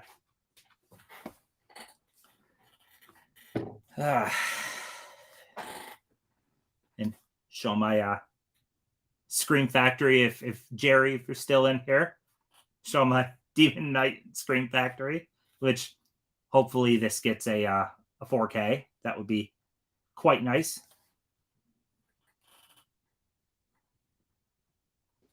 Hello, There we go. I was just chatting a little. No, that's cool. My dog was really barking. He needed to go outside. All right. So we were talking about the cast. Let me pull this up again. So let's see. Billy Zane, William Sadler, Jada Pinkett Smith, CCH Pounder. Anybody And else that you I recognized? I'm not gonna count this because I was holding this up to show and I looked and I saw about Dick Miller and like I forgot Dick Miller also, Oh but yeah, he appears in so many 80s and 90s things in pretty small roles. yeah. His role in Chopping Mall as the janitor who gets electrocuted. Oh Uh, yeah, yeah, he's a lot of fun though. yeah. And one that came to mind was Thomas Hayden Church is Yeah. in it. Um. Okay, so that's put you at an 8. Acting. What do you think of the acting? I mean, yeah, Billy Zane was just so good in this movie. Billy Zane, I'm not gonna say he carries it because William Sadler and Jada are good, William Sadler, yeah, yeah, but Billy Zane is on a different level. Like Yeah. he is. I'm gonna give this. I'm gonna give it a 9, Okay. and most of that comes from Billy Zane because he brings it in this movie. Nice. Nice. All right. You have the box, so go ahead and read the back of the box and let's see. It is long. I was gonna say just pick like the paragraph, not like, all the fluff in the beginning, but like the where they just talk about the meat of the thing. All right. Mysterious drifter known as Briker possesses the last of 7 ancient keys that hold the power to stop the forces of darkness and protect all humanity. I'm really bad at reading on the spot, by the way. From the ultimate evil, but the human race is safe only so long as Breaker can evade. Yeah, evade. My God, the demonic collector Billy Zane, who has gathered the other 6 keys. In his obsessive quest for the key, the collector rallies an army of ghastly cadavers. Wow, I'm bad at reading. Against Breaker and his inhabitants of a rundown hotel, armed with automatic weapons, sacred blood, and sadistic humor. Breaker and the strong-willed Jerry Lynn must lead the other guests in a gruesome battle against the collector and his evil horde of ghouls. That was a that was a long one. That I was was like, that was a lot. I was tripping over my tongue there. Yeah. I could read okay to myself, but then once I'm reading aloud, yeah. Yeah. That's fine. Okay. Going through that, I mean That's a long. that's a long thing, but it almost screams at me like a D&D adventure type Yeah, thing with the keys and the demons and the stuff. Yeah, I'm kind of on board with that because yeah. because I'm a big Dungeons and Dragons fan.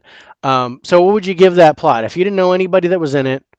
By reading that, how Oh, likely would you be to it sounds watch like it? a lot of. I'd give it a 9. It sounds like a Sure. lot of fun just based Yeah, off that. I I mean, agree. It definitely sounds really like fun.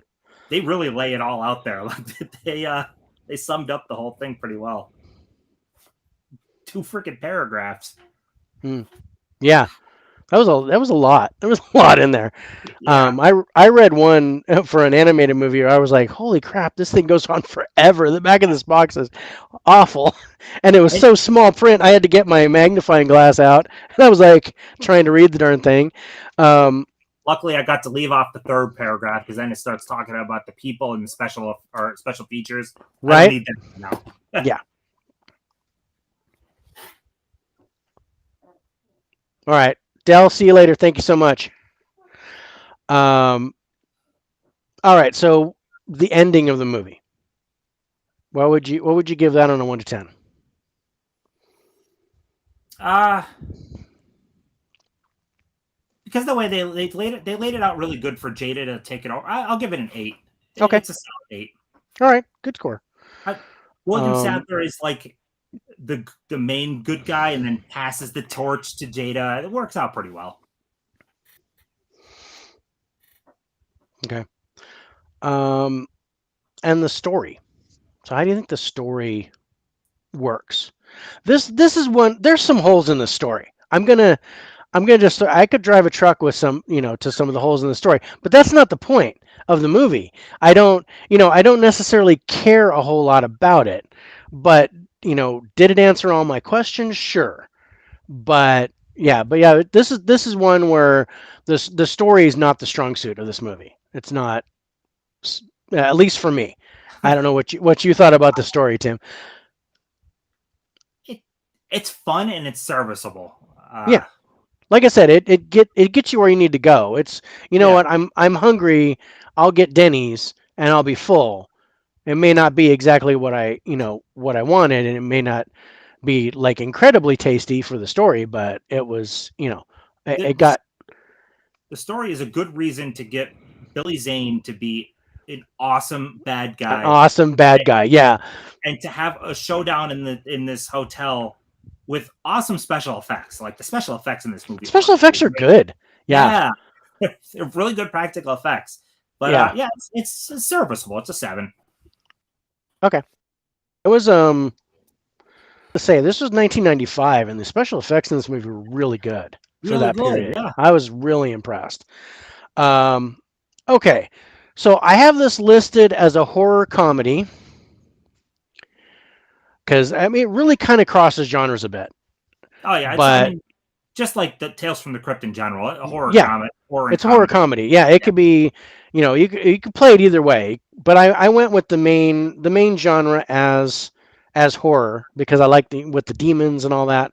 So as far and I and this is kind of a a subjective question, but as far as the scares in the film, not necessarily was the movie scary because that's a subjective ask. And so many people are desensitized to horror movies that things just don't scare them anymore. I have, the scariest movie of all time for me is The Exorcist, and I put that in for my kids, and they giggled. They thought it was funny. And I'm like, I'm still my skin's crawling because first time I watched it I was 6 years old and I was just like, ee.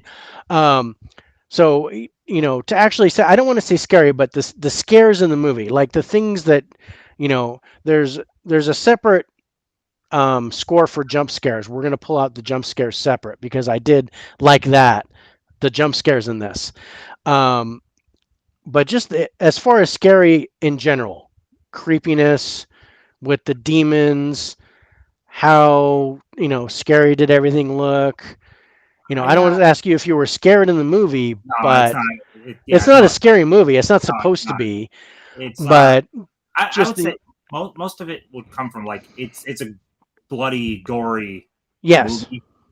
So I'll give it an 8 based on okay, it's very it's bloody, yeah, but no, none of it played out as like scares. It's just it's part of the horror tropes of people right, getting limbs ripped off and all. Yeah, right.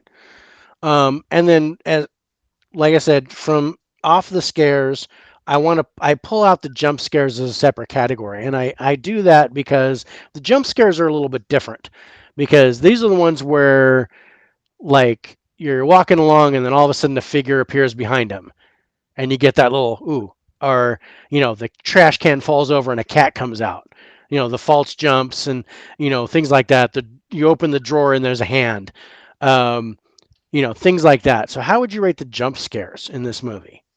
Were there any like did it really? I'm trying to remember how many it might have had. Really, I it's, mean, I remember a few. It wasn't amazing, but there were a few like and I keep remembering this, like the one that dude that's missing an arm. That there was something with that, that kind of surprised me. Um, but those points where they try to startle you either with music because they did that a little bit with music for me in this one yeah, I can where see the all of a music. sudden the intensity with the music like amps up really fast and that kind of got my heart rate pumping a little bit. Now Um, you say music though. I can see it more with music. yeah, The soundtrack to this is really good, and they utilized it very well. yeah, It's a 6. I'll okay, go with 6. all right, I'll take that. And then the special effects. We talked Oh about God, this. special effects. The budget could it has to be a 10. Like the Yeah. budget on this could not have been much, and they utilized every dollar to the max. Like it is so good. Mm-hmm. All right. Now we get into the comedy aspects, and of course, the two main comedy aspects that we're looking for is the humor. How funny was it? Uh, but I go 7, and Okay. most of it coming from Billy Zane. Yeah. Oh yeah. And then the chemistry between the cast. Chemistry was really good. Yeah. The good and evil with Billy Zane and William Sadler, I thought was great. I'll go with the 9. I thought the chemistry was really good between everyone. Nice.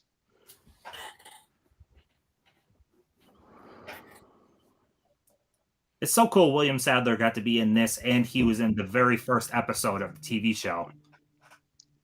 Right. Yeah, That was a good episode too. for sure. All right, so we got the score of that one in play. Uh, where is my? We've only got one more left.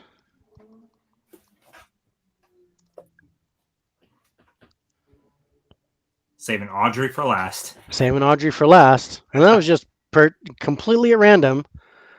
Um, but I don't mind that. We'll save Audrey for last. So let's go to our last question.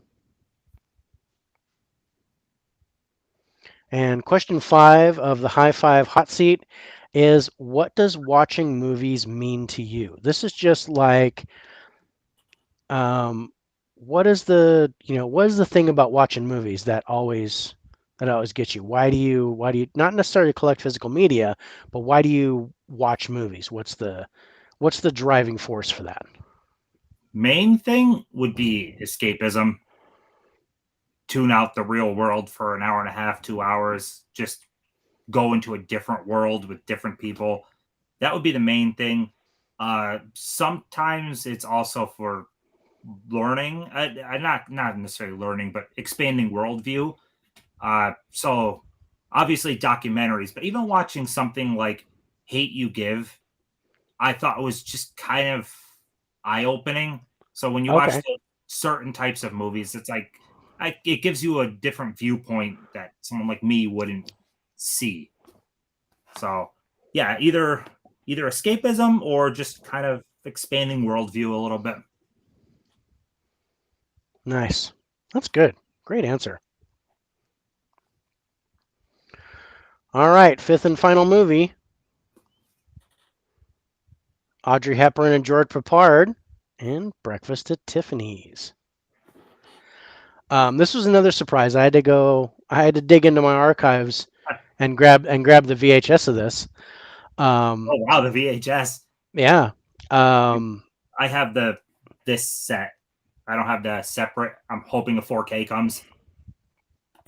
yeah, I watched it, basically I had to blow the dust off my my my VHS player because I have that all in a tub. I have all my saved VHS movies in a tub, padlocked and in storage. And I had to go and grab it and my VHS player, watch the movie, and then I put it all back. So it's all back in storage. But I did get a chance to watch the movie, and I was like, oh yeah, I totally remember this now. It was like, I remember the two actors, and I kind of remember something about it. But yeah, I had to go back and watch it again. This is another one, with It's a Wonderful Life that pulled out of mothballs and watched again, and I really enjoyed it. I had a lot of fun again bringing back that old memory and watching that. Um, so let's go to the cast. Um, So I mean, shining star, obviously Audrey. I love Audrey. So she's magnificent in it. She had yeah. an ability to capture the screen in every movie she was in. She Oh basically yeah. owned the 60s, but she was great. I don't really know much of George Papard, to be honest. I might have seen him in something else. He was It great in it. was Yeah. It was A Team. It was like I remember him from A Team. That was like, oh yeah, that's George Papard, and I didn't recognize him at first because he's really young in this movie. Yeah, Um, but he's you good. know, yeah. And I then another think you one that I wrote. recognized was Buddy Ebsen. Okay. Um, Buddy Ebsen was Doc Galiti, or I think that was his name. Yeah. But I remember Buddy Ebsen from uh, God, what is that series where he's the medical examiner, or Barnaby Jones? I think that's the name of the show. Where Buddy Ebsen was a star, and it was like some kind of detective show or something way back when I was really young. But Patricia Neal's in it. She's apparently really famous, but I didn't recognize her. Um, Mickey so Rooney was Mickey Rooney, yes, that's small role in a role that would never happen now. no, Like that is it is, very no. I watched that and I go, ooh, that is poor it's form. it's I was like, it's kind of cringe because Yeah, it's not even like he's just playing an Asian man. He's playing a caricature. I can't even say the word, but yeah. like he's He's playing off every trope imaginable. yeah. He is. He was like murdering the stereotypes for Asian men, Yeah, and I gotta say, it didn't link to me until I watched it. Was when they did Dragon, the Bruce Lee story with Jason Scott Lee and Lauren Holly. They went to the theater and they watched this movie. And when Mickey Rooney, because Jason Scott Lee played Bruce Lee, it was a Dragon, the Bruce Lee story, right? Well, they went to the theater and they were watching this movie. And when Mickey Rooney's character came on, you see the person playing Bruce Lee, you see how his expression just changed to where at first he was enjoying the movie, and then when Mickey Rooney's character came on, and everybody in the place was laughing at the poor Chinese fella, yeah. he was depressed. And then Lauren Holly, who played his future wife, was like saw that and said, "Let's go. I see that you're not happy, so let's get out of here." She It's didn't even realize it until she saw his reaction to it, and that was the first thing I thought of when I saw that. I was like, "Oh my god, I remember that from that movie." Um, so yeah, that's kind of bad form now. You can't oh you god, yeah. can't do that. That's almost the equivalent of doing blackface and trying to do that. And God, Ted Danson did that when he was with Whoopi Goldberg. This was way back. I don't know if you remember this, but there was a I think it was a birthday party for Whoopi Goldberg or a roast for her or something, and Ted Danson, who was her boyfriend at the time, came out in blackface I don't remember that, but and yeah, and that's no then roasted her or did something, and nobody loved it. Everybody was like horrible, and then Ted Danson was like, "My fault. I thought it would be funny. I'm not. Forget I ever did it." And yeah, but that was like really bad. That was like a Rob Lowe sex tape where yeah. they were like, people were not happy that he did that. Um, The the sad so thing yeah, with Rooney's role though, and is it's not even necessary. no. That character really doesn't need to be there. I mean, you could have played around her getting in. You could have put any person there as the upstairs neighbor that's cranky that she keeps interrupting. Hmm. Uh, yeah, that's literally one of the only like. It's really cringe to watch Yeah, that. yeah. It was really interesting, and then but back in the day when this came out, it It was was perfectly normal. It it was was yeah. perfectly normal, and they were like, people thought this was hilarious. But this is a prime example where nowadays we're like, oh no, that's Yeah. no, that'll get you fired from the NFL. You're talking about that. Um, all right, so I know you recognize Audrey Hepburn. Did you recognize George Papard for sure, or was it just kind of No, not yeah? really. No, because I didn't Okay, really watch 18. and then Mickey Rooney. Yeah, yeah. Okay, so all right, so that's puts you at a 5.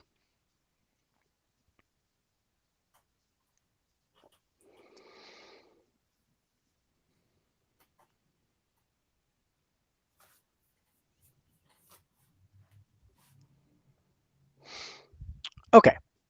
Um, the acting. I mean, I'm gonna think that you're probably throwing a 10 on this because Audrey Hepburn is amazing. She's incredible. Her quirky character, she just nails that. And I don't really know George Papard, but he's great. He did good in this movie. I was impressed. Yeah. Yeah, I liked him a lot. Yeah, it's a 10. I mean, Audrey alone, it's a 10. She's wonderful. Yeah. No, this was her. Um, I know you have the Audrey Hepburn set. Do you have a plot there in that box anywhere or No, it just pretty much talks about her and then lists the movies. okay. So from IMDb, unfortunately, like I said, I put I put the VHS away, so I don't have it. It says a young New York socialite becomes interested in a young man who has moved into her apartment building, but her past threatens to get in the way. And that really doesn't do it justice. But No. um, can you give me something else? Struggling writer Paul Verjak moves into a New York apartment building and becomes intrigued by his pretty, quirky neighbor, Holly Galiti. Holly's lifestyle confuses and fascinates Paul. In public, she she flirts through parties with a sexy, sophisticated air, but when they're alone, she changes into a sweetly vulnerable bundle of neurosis. That sums it I up much I better. like that one. Yeah, that one's good. I'll take that. Yeah. How would you give that on a 1 to 10? Uh, sounds like a fun, quirky rom com. I'll go 8. All right. All right. What'd you think of the ending? I loved the ending. I loved it. Like letting Kat go and then having that breakdown and then realizing she needs to change her ways and running. I love it's a 10. It is such a great ending. I actually Nice. kind of I'm a cat person. Okay. When she finds Cat again, I'm like, oh yay! Oh, the cat. Yeah. Yeah. I'm just a pet person in general. I'm mainly a dog person because I'm allergic to cats, but I love cats too. I just can't have them in my house. Yeah. Um, and they tend to disappear up in the mountains because we have coyotes. So Mm. we've had I've lived here for 20 years. We've had 4 cats and they've all disappeared. So no more cats. Um, but our dogs do okay. Okay, so the story for Breakfast at Tiffany's. What do you think of the story? How it played out? Uh it was it's a fun I like the slow unraveling of like you're seeing this quirky character at first, then learning a little bit more about her and then about her ex-husband or whatever, and I it was good. I'll give it a 9. It's a fun story the way it all unfolds. Her character is Okay, just a ton of fun. nice. Of course, we have it as a rom com. So comedy is the genre, romance is the type. So for comedy, let's talk about the humor. How funny was the movie? And this is for its time. I thought it was pretty funny. Yeah, it's It's not it's not kind of laugh out loud. I didn't belly no, laugh yeah, or no, anything, but it's smile and kind of maybe giggle a little bit type of comedy. yeah. Uh, I guess if we were in that time, and it was Mickey Rooney that kind of ruined it for me. yeah, yeah, his comedy did not But land at all. his comedy did not land at all, and I think it's just it didn't stand the test of time. I think back then it was probably just gangbusters, Yeah, but nowadays it just doesn't work. So yeah, that kind of killed the humor for me. Um, so yeah, what would you give that on a 1 to 10 though?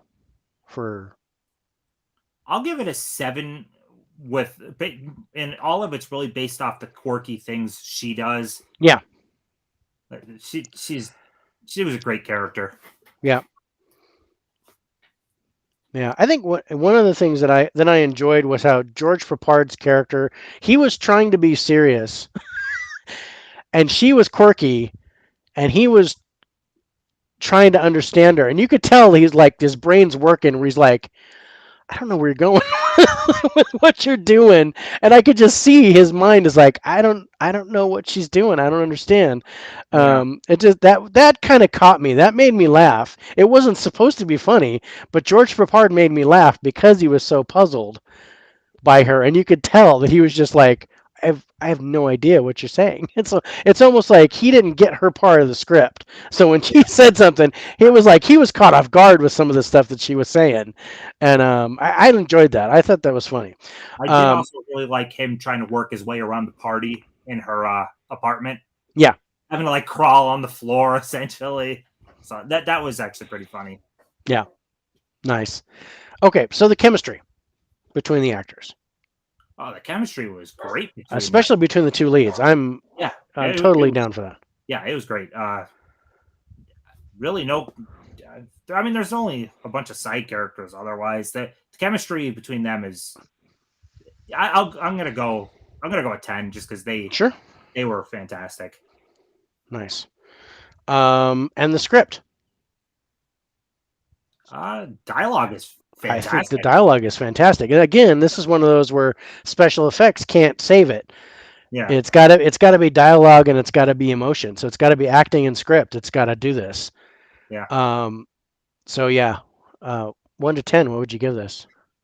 Are you I have no clue. throwing a I'm I'm gonna throw you a throwing a 10. 10? You throwing a Yeah, 10 at it? All right, yeah. that's fine. I threw a 10 at it too because I was like, that was just a brilliant script. Um, Now for the romance part, and there's two aspects. It's kind of interesting the way I think of romance movies. And the first thing I look at is the love story itself. And so what do you think of the actual love story? This has got to be when I rewatch this, and then I turn around and I think of movies that rom-coms that have come out recently, like The Proposal and things like that, and these really kind of reminded me of this movie.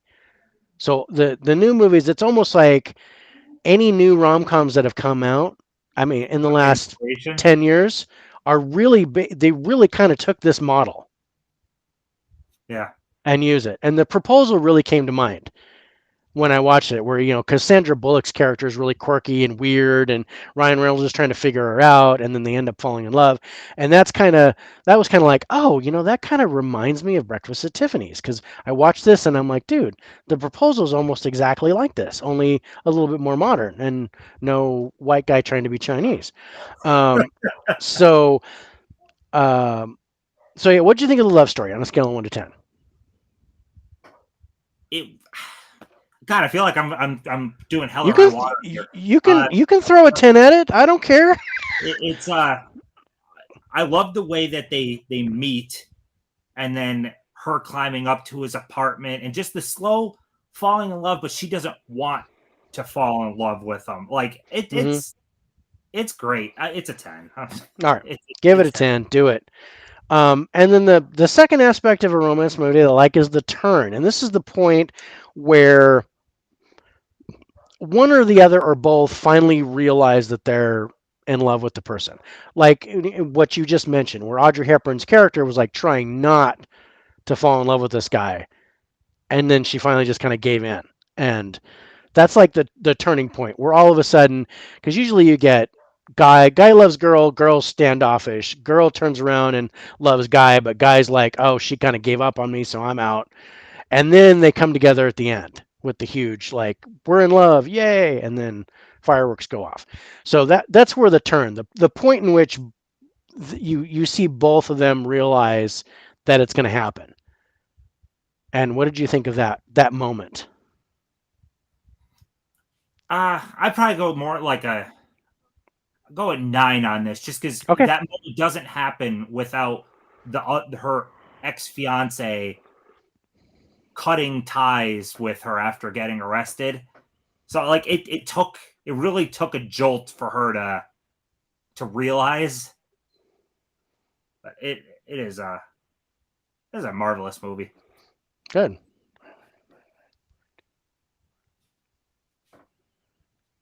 Okay.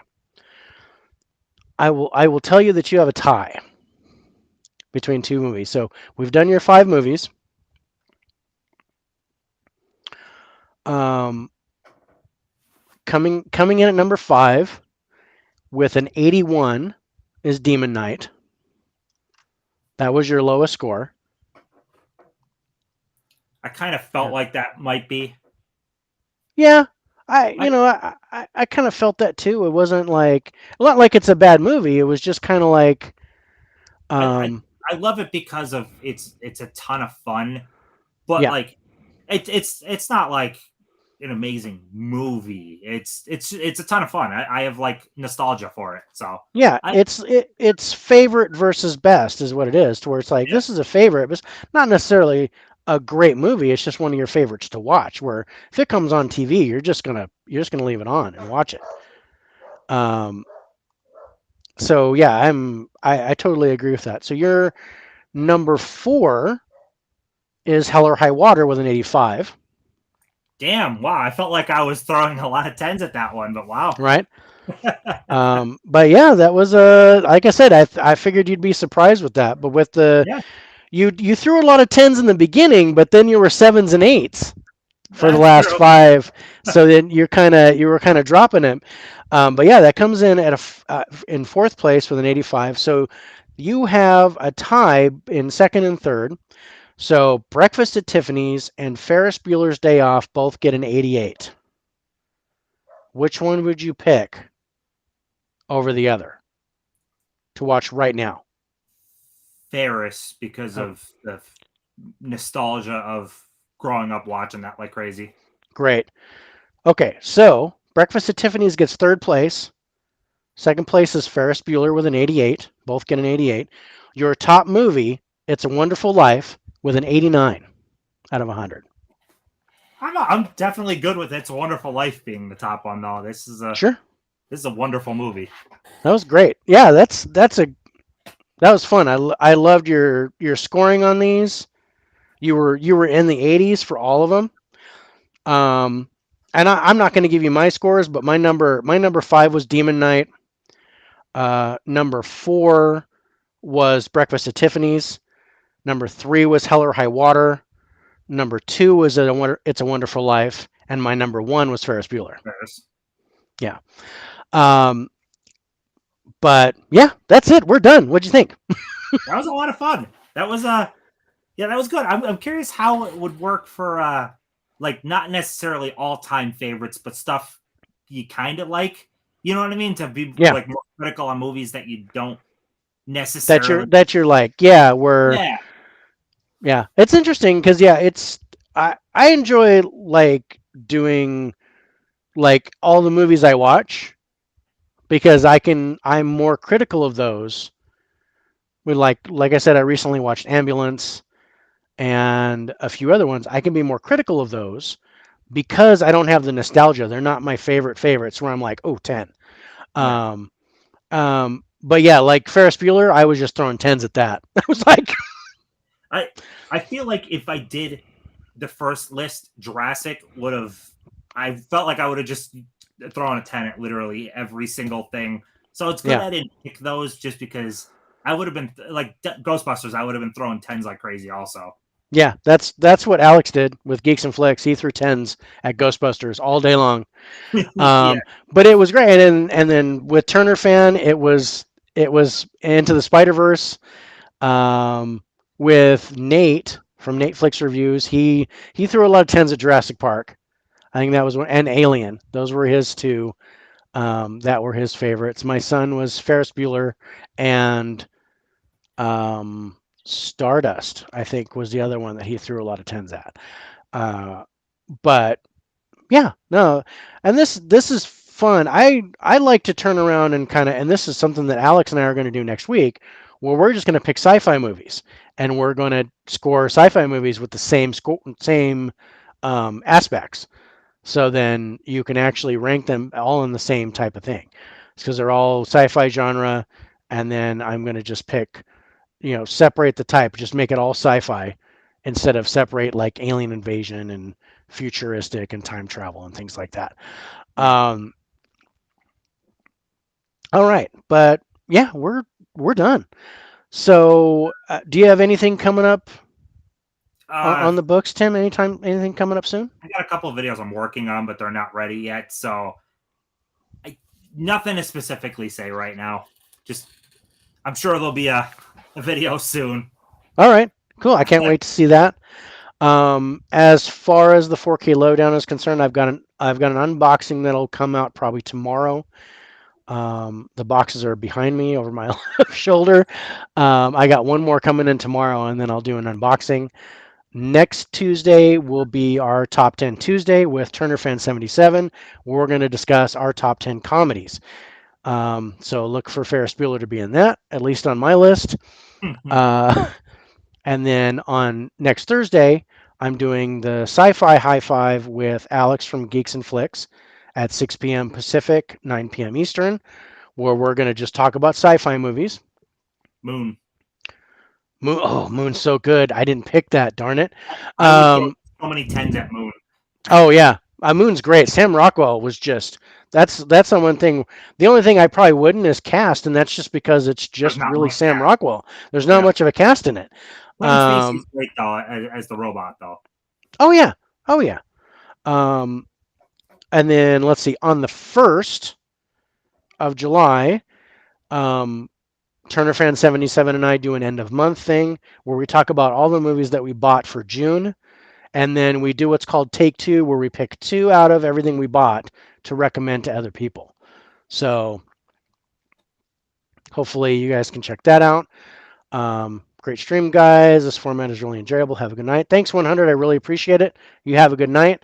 Tim, you have a good night. I am going to compile this really quick before we finish. Let's go ahead and have some closing arguments. What did you think of the scores? Were you surprised by a lot of stuff, or? I'm actually surprised I didn't have any in the 90s. I'm kind of surprised about that too. I did have a 90 out of your group. Of course, that was Ferris Bueller. Yeah. I had he got a 92. That movie got a 92 for me. But yeah, that's interesting. You were in the 80s for your whole group, Yeah. and that's interesting. Usually have more of a range. I think you were the only one that was all within 10 points of each other. Yeah. Yeah. I didn't expect that. I think it kind of fell roughly in the order I would think, but I wasn't expecting all in the 80s. I felt like I was going to throw so many tens that it would just be like 95 through 90. So, yeah, it was a lot of fun though. Yeah.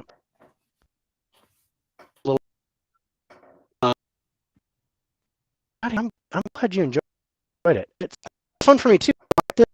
This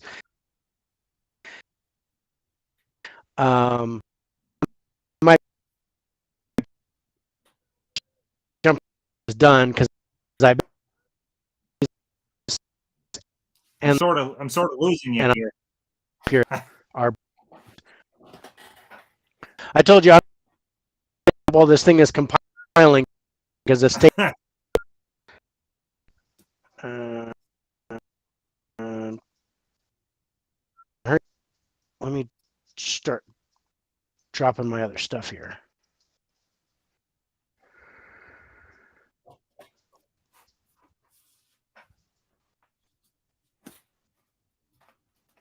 It's very cool though. It's a Wonderful Life ended up at the top.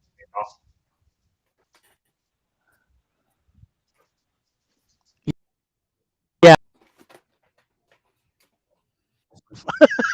I didn't predict that.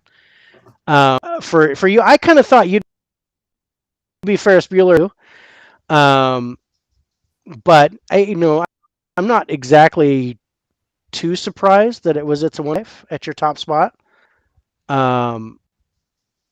But yeah, no, that was a lot of fun. I really liked going back and rewatching because I said I had to watch 3 of these because I haven't seen them in a while, and I really had a blast with going through those and rewatching them so I could rescore. Come on. Yeah, it was There we go. I'm happy I didn't choose that first list. And if I was making another Yeah, ones I love, Serenity behind you. I love Serenity. That's a great movie. this is one of my favorites. Absolutely. Yeah. It's yeah. This is definitely it'll be on the sci-fi one next week for sure. Let me get this. What are you doing there? Firefly was given such a raw deal by Fox. Yeah. It's funny because I only got I didn't even realize it was going on, and then I was like, oh, Firefly. So I got like 3 episodes, and I was trying to go back and watch the rest, and then they canceled it. Yeah. They didn't even air it though in the order that Joss Whedon wanted. They aired it out of order. No, it was totally out of order. So it was really great getting getting the series when it came out because then I could actually watch it in order. Because yeah, it wasn't like I said. I watched 3 episodes and they were all over the place. I had no idea what was going on. Yeah. Um, but yeah, no, Serenity is absolutely one of my favorites of all time of any genre, but definitely top five sci-fi movies. Yeah, it's I've been meaning I want to do like a top 50 overall type video. And Oof. yeah, it would Serenity would be up in that top 50 somewhere. Like I love that movie. It's my Yeah. favorite of 2005 because I did Okay. do my favorite movie each year I've been alive, and that's my favorite of all five. Oh, nice. Nice. Okay. Of your top 50, is there anything that you would have in your top 50 that would be kind of an underrated gem, like that not many people would really know about? Like something that really kind of sticks out in your mind that not many people talk about, but you're like, that one. Well, I mean, I already said it, but Moon, I try to champion Moon as much. Moon is still not known by a lot of people. No, Like, Moon is brilliant. yeah, Such a great movie.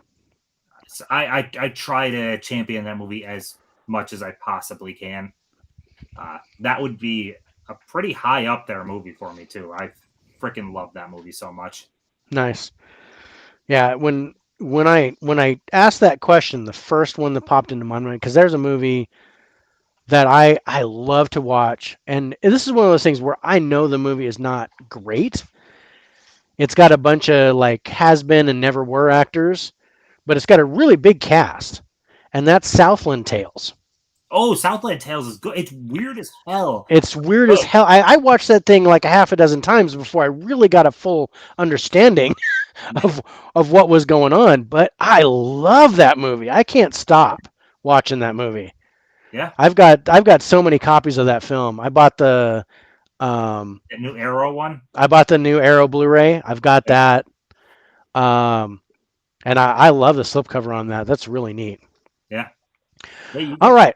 you get early Dwayne Johnson. You get Justin Timberlake, who I always think is he's a good actor. He's a really good actor. His work in Alpha Dog was Oh my god, Alpha amazing. Dog. That's a crushingly sad movie. It is, but he was so good in that movie. Um, but yeah, Justin Timberlake, I think he's underrated as an actor. I think he's really good. Yeah, Uh, but it that thing, gosh, that movie's got everything. You got Sean William Scott, you got Christopher Lambert, you got Sarah Michelle Gellar, John Lovitz. You got this huge cast, like I said, of has-beens and never was. And yeah, it was before The Rock really hit big. yeah. And it's just this crazy, like alternate timeline craziness that's happening. It was just, yeah, I am absolutely a fan of that movie. So that's kind of what if I were to do like a top 50 all time, I would put that in there somewhere. That's cool. That's one that wouldn't be on a lot of people's lists. So that's cool. Yeah, nice. All right, we're gonna close out the show. Tim, any closing arguments before we take off? No, Beautiful. All right. The defense rests, the prosecution rests, and your winning movie was It's a Wonderful Life with an 89. Great scores. Thank you so much for being on the show. You guys stay tuned. If I'm glad you caught this live. Thank you guys so much for being on. Tune in next Tuesday for our next live show. In the meantime, you guys take care. Bye, everybody. bye.